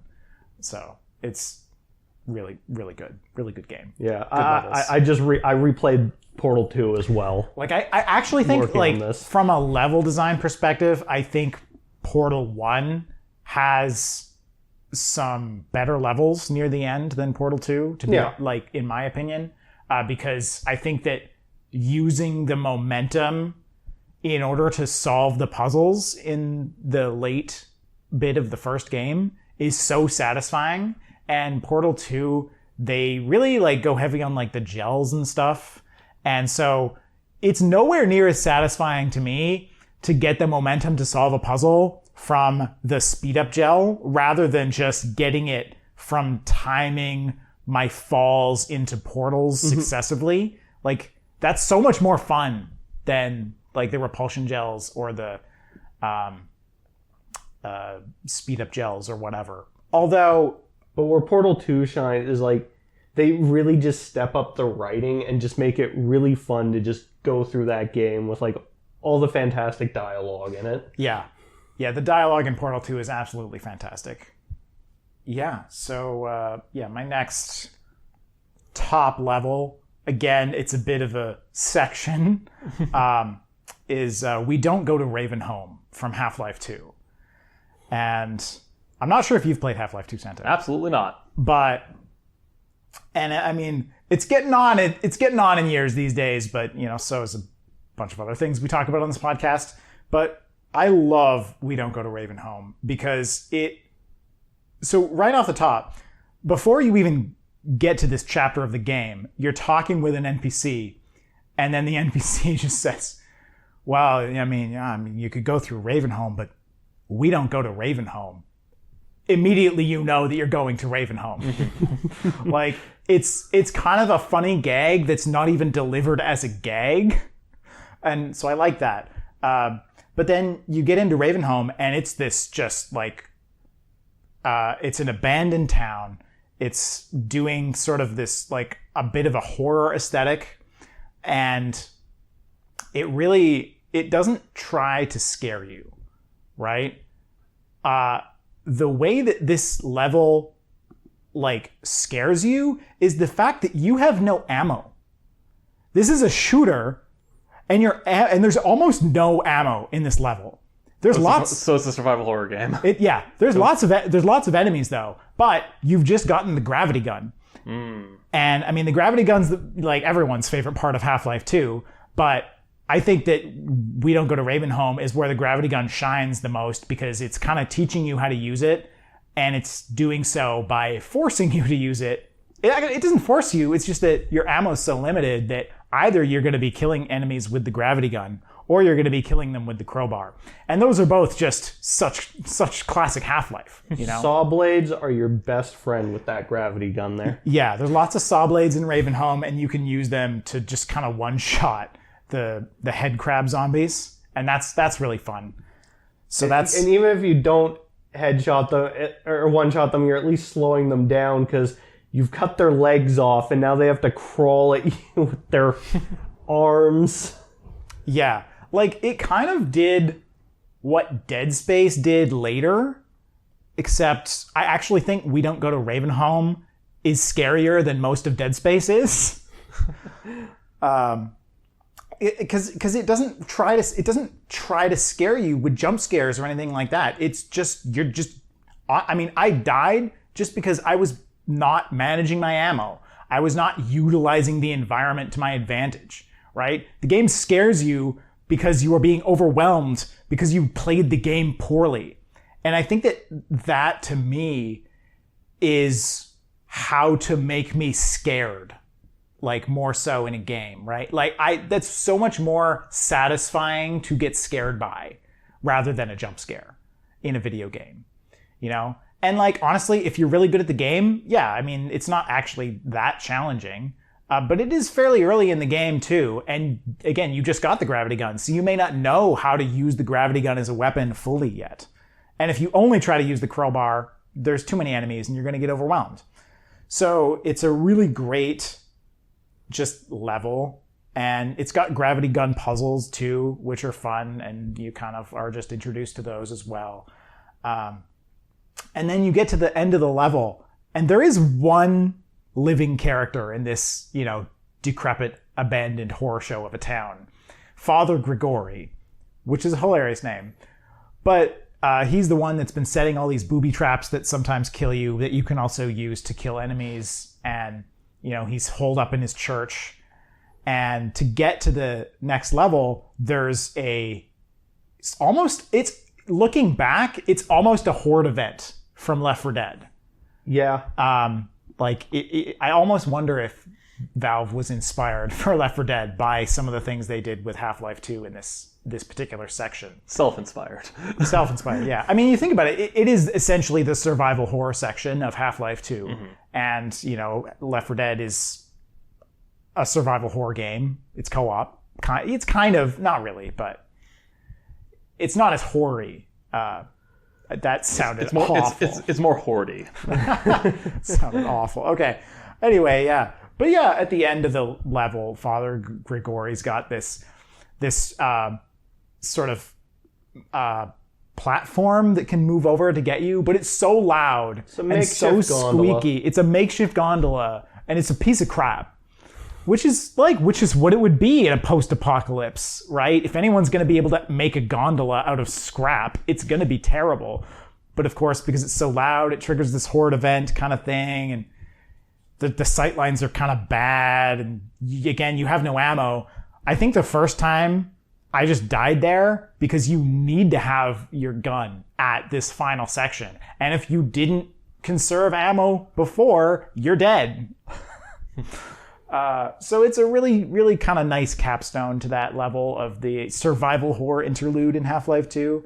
And it's just kind of got it all. It's got some gunplay that you will do at the end. It's got some gravity gun puzzles. You get to use the gravity gun as a weapon a lot. Lots of head crabs. You'll probably get some crowbar shenanigans in. It's just a really, really strong Half-Life level. And I love it. It's super fun. And when I think of Half-Life 2, parts of it, I'm like, yeah, I remember this part and that part. But, Ravenholm is just, everyone loves Ravenholm. It's like one of the most iconic parts of that game. And but we don't go to Ravenholm. We don't go to Ravenholm. All right. My favorite level in any game is from Fire Emblem 7, and it's Dragon's Gate. This level is everything a strategy RPG level should be. And it exemplifies like when Fire Emblem is firing on all cylinders, like this is the level that it should be. Because it's this level where you start at like the kind of the bottom middle of this map that's not that big. Like there's a little bit of scrolling involved, but it's very dense. There's a lot of like walls and like kind of paths to go through, and like you're kind of just like surrounded by objectives. So you really need to actually have a strategy on how to approach this level if you want to do everything in a quick manner that won't get destroyed by some of the elements that are in the map. Where like you really have to determine, okay, this is how I want to split up my forces. And the layout of the level, there's like a few strategic trees. There's different enemy types that are kind of like supporting each other in different areas. Like you got a bunch of like heavy defense knights that are backed up by mages. So you can't just like send a bunch of physically defensive units up there. They'll get mopped up. And there's a corridor that if you try sending units through, it's pretty narrow. And again, these strategic trees will slow you down. Where there's a room next to it with archers that spawn. So you kind of have to like, okay, if you want to go through this corridor, you got to splinter off a couple units to take care of these archers to make sure that, you know, you're not just getting like peppered as you're trying to go through this area. There's chests all over the map, as well as time pressure thieves that show up to make sure that if you're not progressing through this map quickly and have, you know, like the right strategy to do so, you're not going to get all the treasure. One of these thieves is even recruitable, so like even if you kind of want to play the game, it's like, you know what, I don't need to get everything. There's also a character that you got to get that you need to be quick to be able to get. So like that's even more incentive to get your shit together and utilize your team to the fullest. And this also comes about 2/3 of the way through the game, where your crew really starts to come together at this point. At this point, you have multiple different options between a bunch of different unit classes. So you really have your pick of like, okay, these are the units that I like. These are the units that maybe I'm going to throw off to the side. It comes at the perfect time to really test like everything at the player's disposal. Like, okay, you got flyers, so maybe they could deal with this like kind of foresty area. But again, that there's archers near there. Can't have that. The boss of the level is very beatable. Not too many of the bosses in Fire Emblem are like that crazy, but he's still very dangerous because he has a weapon that's just like really good for this point in the level. He's got like the best class of throwing lance you could get. So you can't just like kind of run up against him and with your strongest unit and like easily get victory. You kind of have to think, okay, can I, you know, whittle this guy down over a couple turns, or do I kind of just want to throw everybody at him to try and kill him in one like fell swoop before he has a chance to have his turn counterattack? And one of the last things about this level is that it introduces like a pseudo hidden mechanic with the secret shop, where in a lot of Fire Emblem games you will get this like item that allows you access to secret shops that have like better and rarer items than like a lot of other places. And it does so in a really like smart way, because most of the time like you got to look up where these stupid things are. Like there's not really like great indication on the map on where they are. But this is the first level where you get the card, and then there's this little section off to the corner. There's a little 4x4 section with one tree and a destructible wall. That's the only way to get to it. So you get this thing, you look at its description, it says you can access hidden shops with this. So like, where would the hidden shop be? Well, there's this corner with this destructible wall that has no purpose, no obvious purpose to it whatsoever. So clearly that's where it's going to be. So it's one of the few instances where you can actually fucking find the stupid hidden shops in the game. And you know what's at the hidden shop? Your first purchasable killer weapons. Ooh. And that's just like, you see that, it's like, oh, hell yeah. Because like killer weapons are so good in that game that like early game you really want to like conserve their uses because they're just that good for taking out like the really... And there isn't really a lot of ways to get more early game. No, like you're not able to buy them in bulk until like a fair bit later. So this is like the first instance of like, oh shit. So it introduces that. It introduces, again, I can't emphasize this enough. You need to like have a fucking strategy for this map. Your unit placement at the start matters. Where you send your units, which units you send. Like you need to like say, okay, there's locked doors and chests everywhere. Like I have one thief at this point. Where am I gonna send him? How am I gonna get this done? And also it's kind of like an act ender in terms of the plot, where you finally meet like the big bad of the game and kind of solve the mystery of where the main character's father like disappeared off to, and like there's climactic plot scenes that happen there. So it's a great coda to like kind of it's 2/3 of the game, but it's really like halfway through the game, because that Fire Emblem has a weird act structure that like it does everything right. And the developers of the new Fire Emblem games should take a look at them. Take a look at that map and think about, okay, why is this good? Oh, unit variety. That's a good thing for the enemy team to have? So yeah, that one's my favorite. Yeah. Defensive archers. Yes. Defensible positions. Interesting terrain. Splitting up your forces. Yeah. All right, so my number one goes to... It's a level that's... it's quite a tone shift from pretty much all the other levels in the franchise. And it's a level that you actually keep returning to throughout the game. It's Mombasa Streets from Halo 3 ODST. Oh, yeah.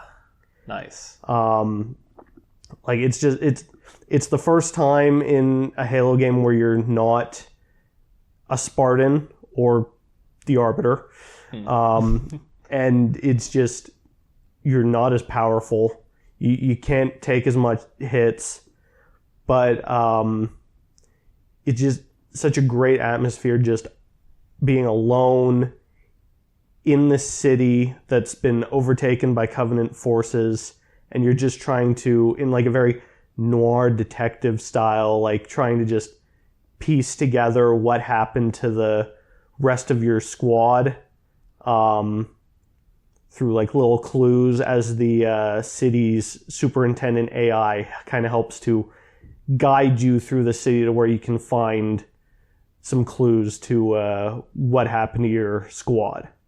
And like on repeat playthroughs, like you can actually I've never gone out of order, but on repeat playthroughs you can actually go to the different objectives in any order. Because on repeat playthroughs, like although the city is actually opened up, it's not like closed off where it's like on your first playthrough it's guiding you in the same order. And like there's audio logs scattered throughout the city as well, and as you find those, you get access to caches that supply you with more weapons, ammo, and even mongeese to ride around through the city.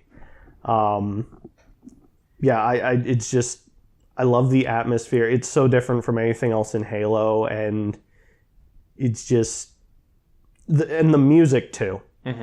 Like, it's a shame you don't get the full versions of those. There's 6 different tracks that play throughout each time you go to return to the city, or to Mombasa Streets, and it's a shame you only get like a little bit from the start of the track, just to set the atmosphere again before like it's just nothing, and then you're just alone in the city again, just trying to avoid Covenant patrols or face them head on. Yeah, like the nighttime atmosphere of that was like such a departure from everything else, and it worked beautifully. Like I totally like, yeah, that's a great choice for number one. This is not directly related to anything really other than Halo, but I feel like Halo should get a vehicle named the Badger. All right. Like, you know, like they got the mongoose, The warthog, scorpion, pelican. Yeah, scorpion, pelican. Oh yeah, that transports a pelican. falcon, But like, I just feel like Hornet. like some vehicle that's like really aggressive somehow should get the nickname Badger in a Halo game. They could also like put like one piece from every vehicle together and call it the platypus. Sounds like a modder's job. Yep. Coming to Cursed Halo soon. Yeah. Reach out, do a collab. Yeah. Okay, so yeah, my favorite level in any game, Bob on Battlefield. from Super Mario 64. This is a tough choice, honestly. Like, how do you pick your favorite level? But Mine was pretty easy, honestly. But anyway, yeah, Bob-omb Battlefield. Like, first off, the music's amazing. You might have noticed several of the levels I've chosen have great music, and I talk about how they have great music. But Bob-omb Battlefield is such a classic. It's such a huge banger from any Mario game. It's so iconic. It's so good. I love it. But also, like, it's the first level in Super Mario 64, which is like the first, I don't know if it's the first, but like essentially like the first major 3D platformer. And honestly, it fucking nails it. Like, Bob-omb Battlefield is such a good level. It's got some really fun, it's got fun platforming, right? It's got non-linearity, which wasn't really a thing in major platformers up to this point, I don't really think. And it does it so well. It literally taunts you with a star in a cage, like, even on your first fucking run through the level. And I don't remember if you can get that one immediately, but you can go. Yeah, you can, I think. I think the only ones you can't get is if there's something that changes in the level. Yeah, I just couldn't remember if that star. Anyway, yeah, because I think it's just tricking the chain chomp into hitting it. No, you just you ground pound the wooden post that's holding the chain chomp in place. Oh, sorry, I'm getting confused with a different star in a different level. Anyway, the level's tons of fun. I love it, and it just, like, really, it's such a strong introduction to, like, the 3D Mario kind of formula that it's just so much fun. Yeah, I guess the only thing that you can't get right away is because the cannons are locked. But also the level has cannons. And also the Koopa race. Yeah. It's got so much fun stuff. And You can talk to a Koopa. You can talk to a Koopa. You can That's crazy. You can talk to bombs. And King Bomb. King Bomb. Yeah, I love it. You can even steal a smaller Koopa shell and surf on it. Oh, yeah, the Koopa surfing, I mean, it may not be the most iconic Koopa surfing as opposed to, like, you know, maybe like surfing over the sand and stuff. But the Koopa surfing in that level, although it isn't even that, it's not even useful. It's not even useful, which is why it's the best. They had no reason to put Koopa surfing into that level, but Koopa surfing's tons of fun on that level. There's almost like a little half pipe that you can Koopa surf in. It's an awesome level. I love it. It's so much fun. And yeah, sometimes you just want to go back and boot up a game just to play a level. That's that level. And thankfully, it's the first one. Yeah. That level in TikTok Clock, which is another. Now that's endgame. That's like, yeah, right near the end, but also an incredible level in that game. But Super Mario 64 I think it still holds up really well, actually. And I think Bob-omb Battlefield is my favorite level in that game. And I mean, it's also partly nostalgia, because again, not only is it this nostalgia bomb of a game, but Nostalgia Bob-omb. Nostalgia bomb of a game. But it's, I think it's the first level in the game too. And when a game has such a strong opening, it just stays with you, Mm-hmm. Like, in all media, the ending and the beginning, when done well, are often some of the most iconic parts of the game. And I gotta say, Super Mario 64 had a strong start with Bob-omb Battlefield. All right, nice. Just to throw out another, I'm gonna break the formula here. Oh, I was about to break it, so please go ahead. Yeah, like just now I'm thinking, game openings and game endings are often like some of the most memorable and iconic parts, and I was really tempted to put not a specific one, but Halo Warthog runs at the end. Like, I think, yeah, the one in Halo 3 was my favorite. Yeah, there's some stuff in the first Warthog run that, like, if you stop and think about the layout of the level for, like, even just a couple minutes, it just kind of ruins it. Oh. There's also a couple sections where like it gets kind of narrow, and if you're not driving like perfectly straight, you get fucked. Yeah. The Warthog run in Halo 1 is a tough one. Yeah. I think Halo... It's still fun. It's fun. It's still lots of fun. Halo 3 might have had the best one, though. Oh, it's so good. It's so cinematic. Because like from the level design in the first one, it's just, what do these passages actually... What usage do they provide in terms of this ship? Yeah, don't think about it. And then there's also the fact that the run itself is longer than the ship is in canon. And then there's that part in the middle of the run where you stop on that bridge to wait for the Pelican that gets shot down. That bridge is the only thing there. It's just two flat walls and a bridge connecting them. What part of the ship is that? What part of the ship is cut in half and connected by just one bridge big enough for a warthog? I mean, it's a wreckage. It's the ship's wreckage at that point, right? It's the garbage chute. So, like, I don't know, maybe a broken half. Yeah, but... Still fun when playing. But yeah, when you think about the it. Warthog runs...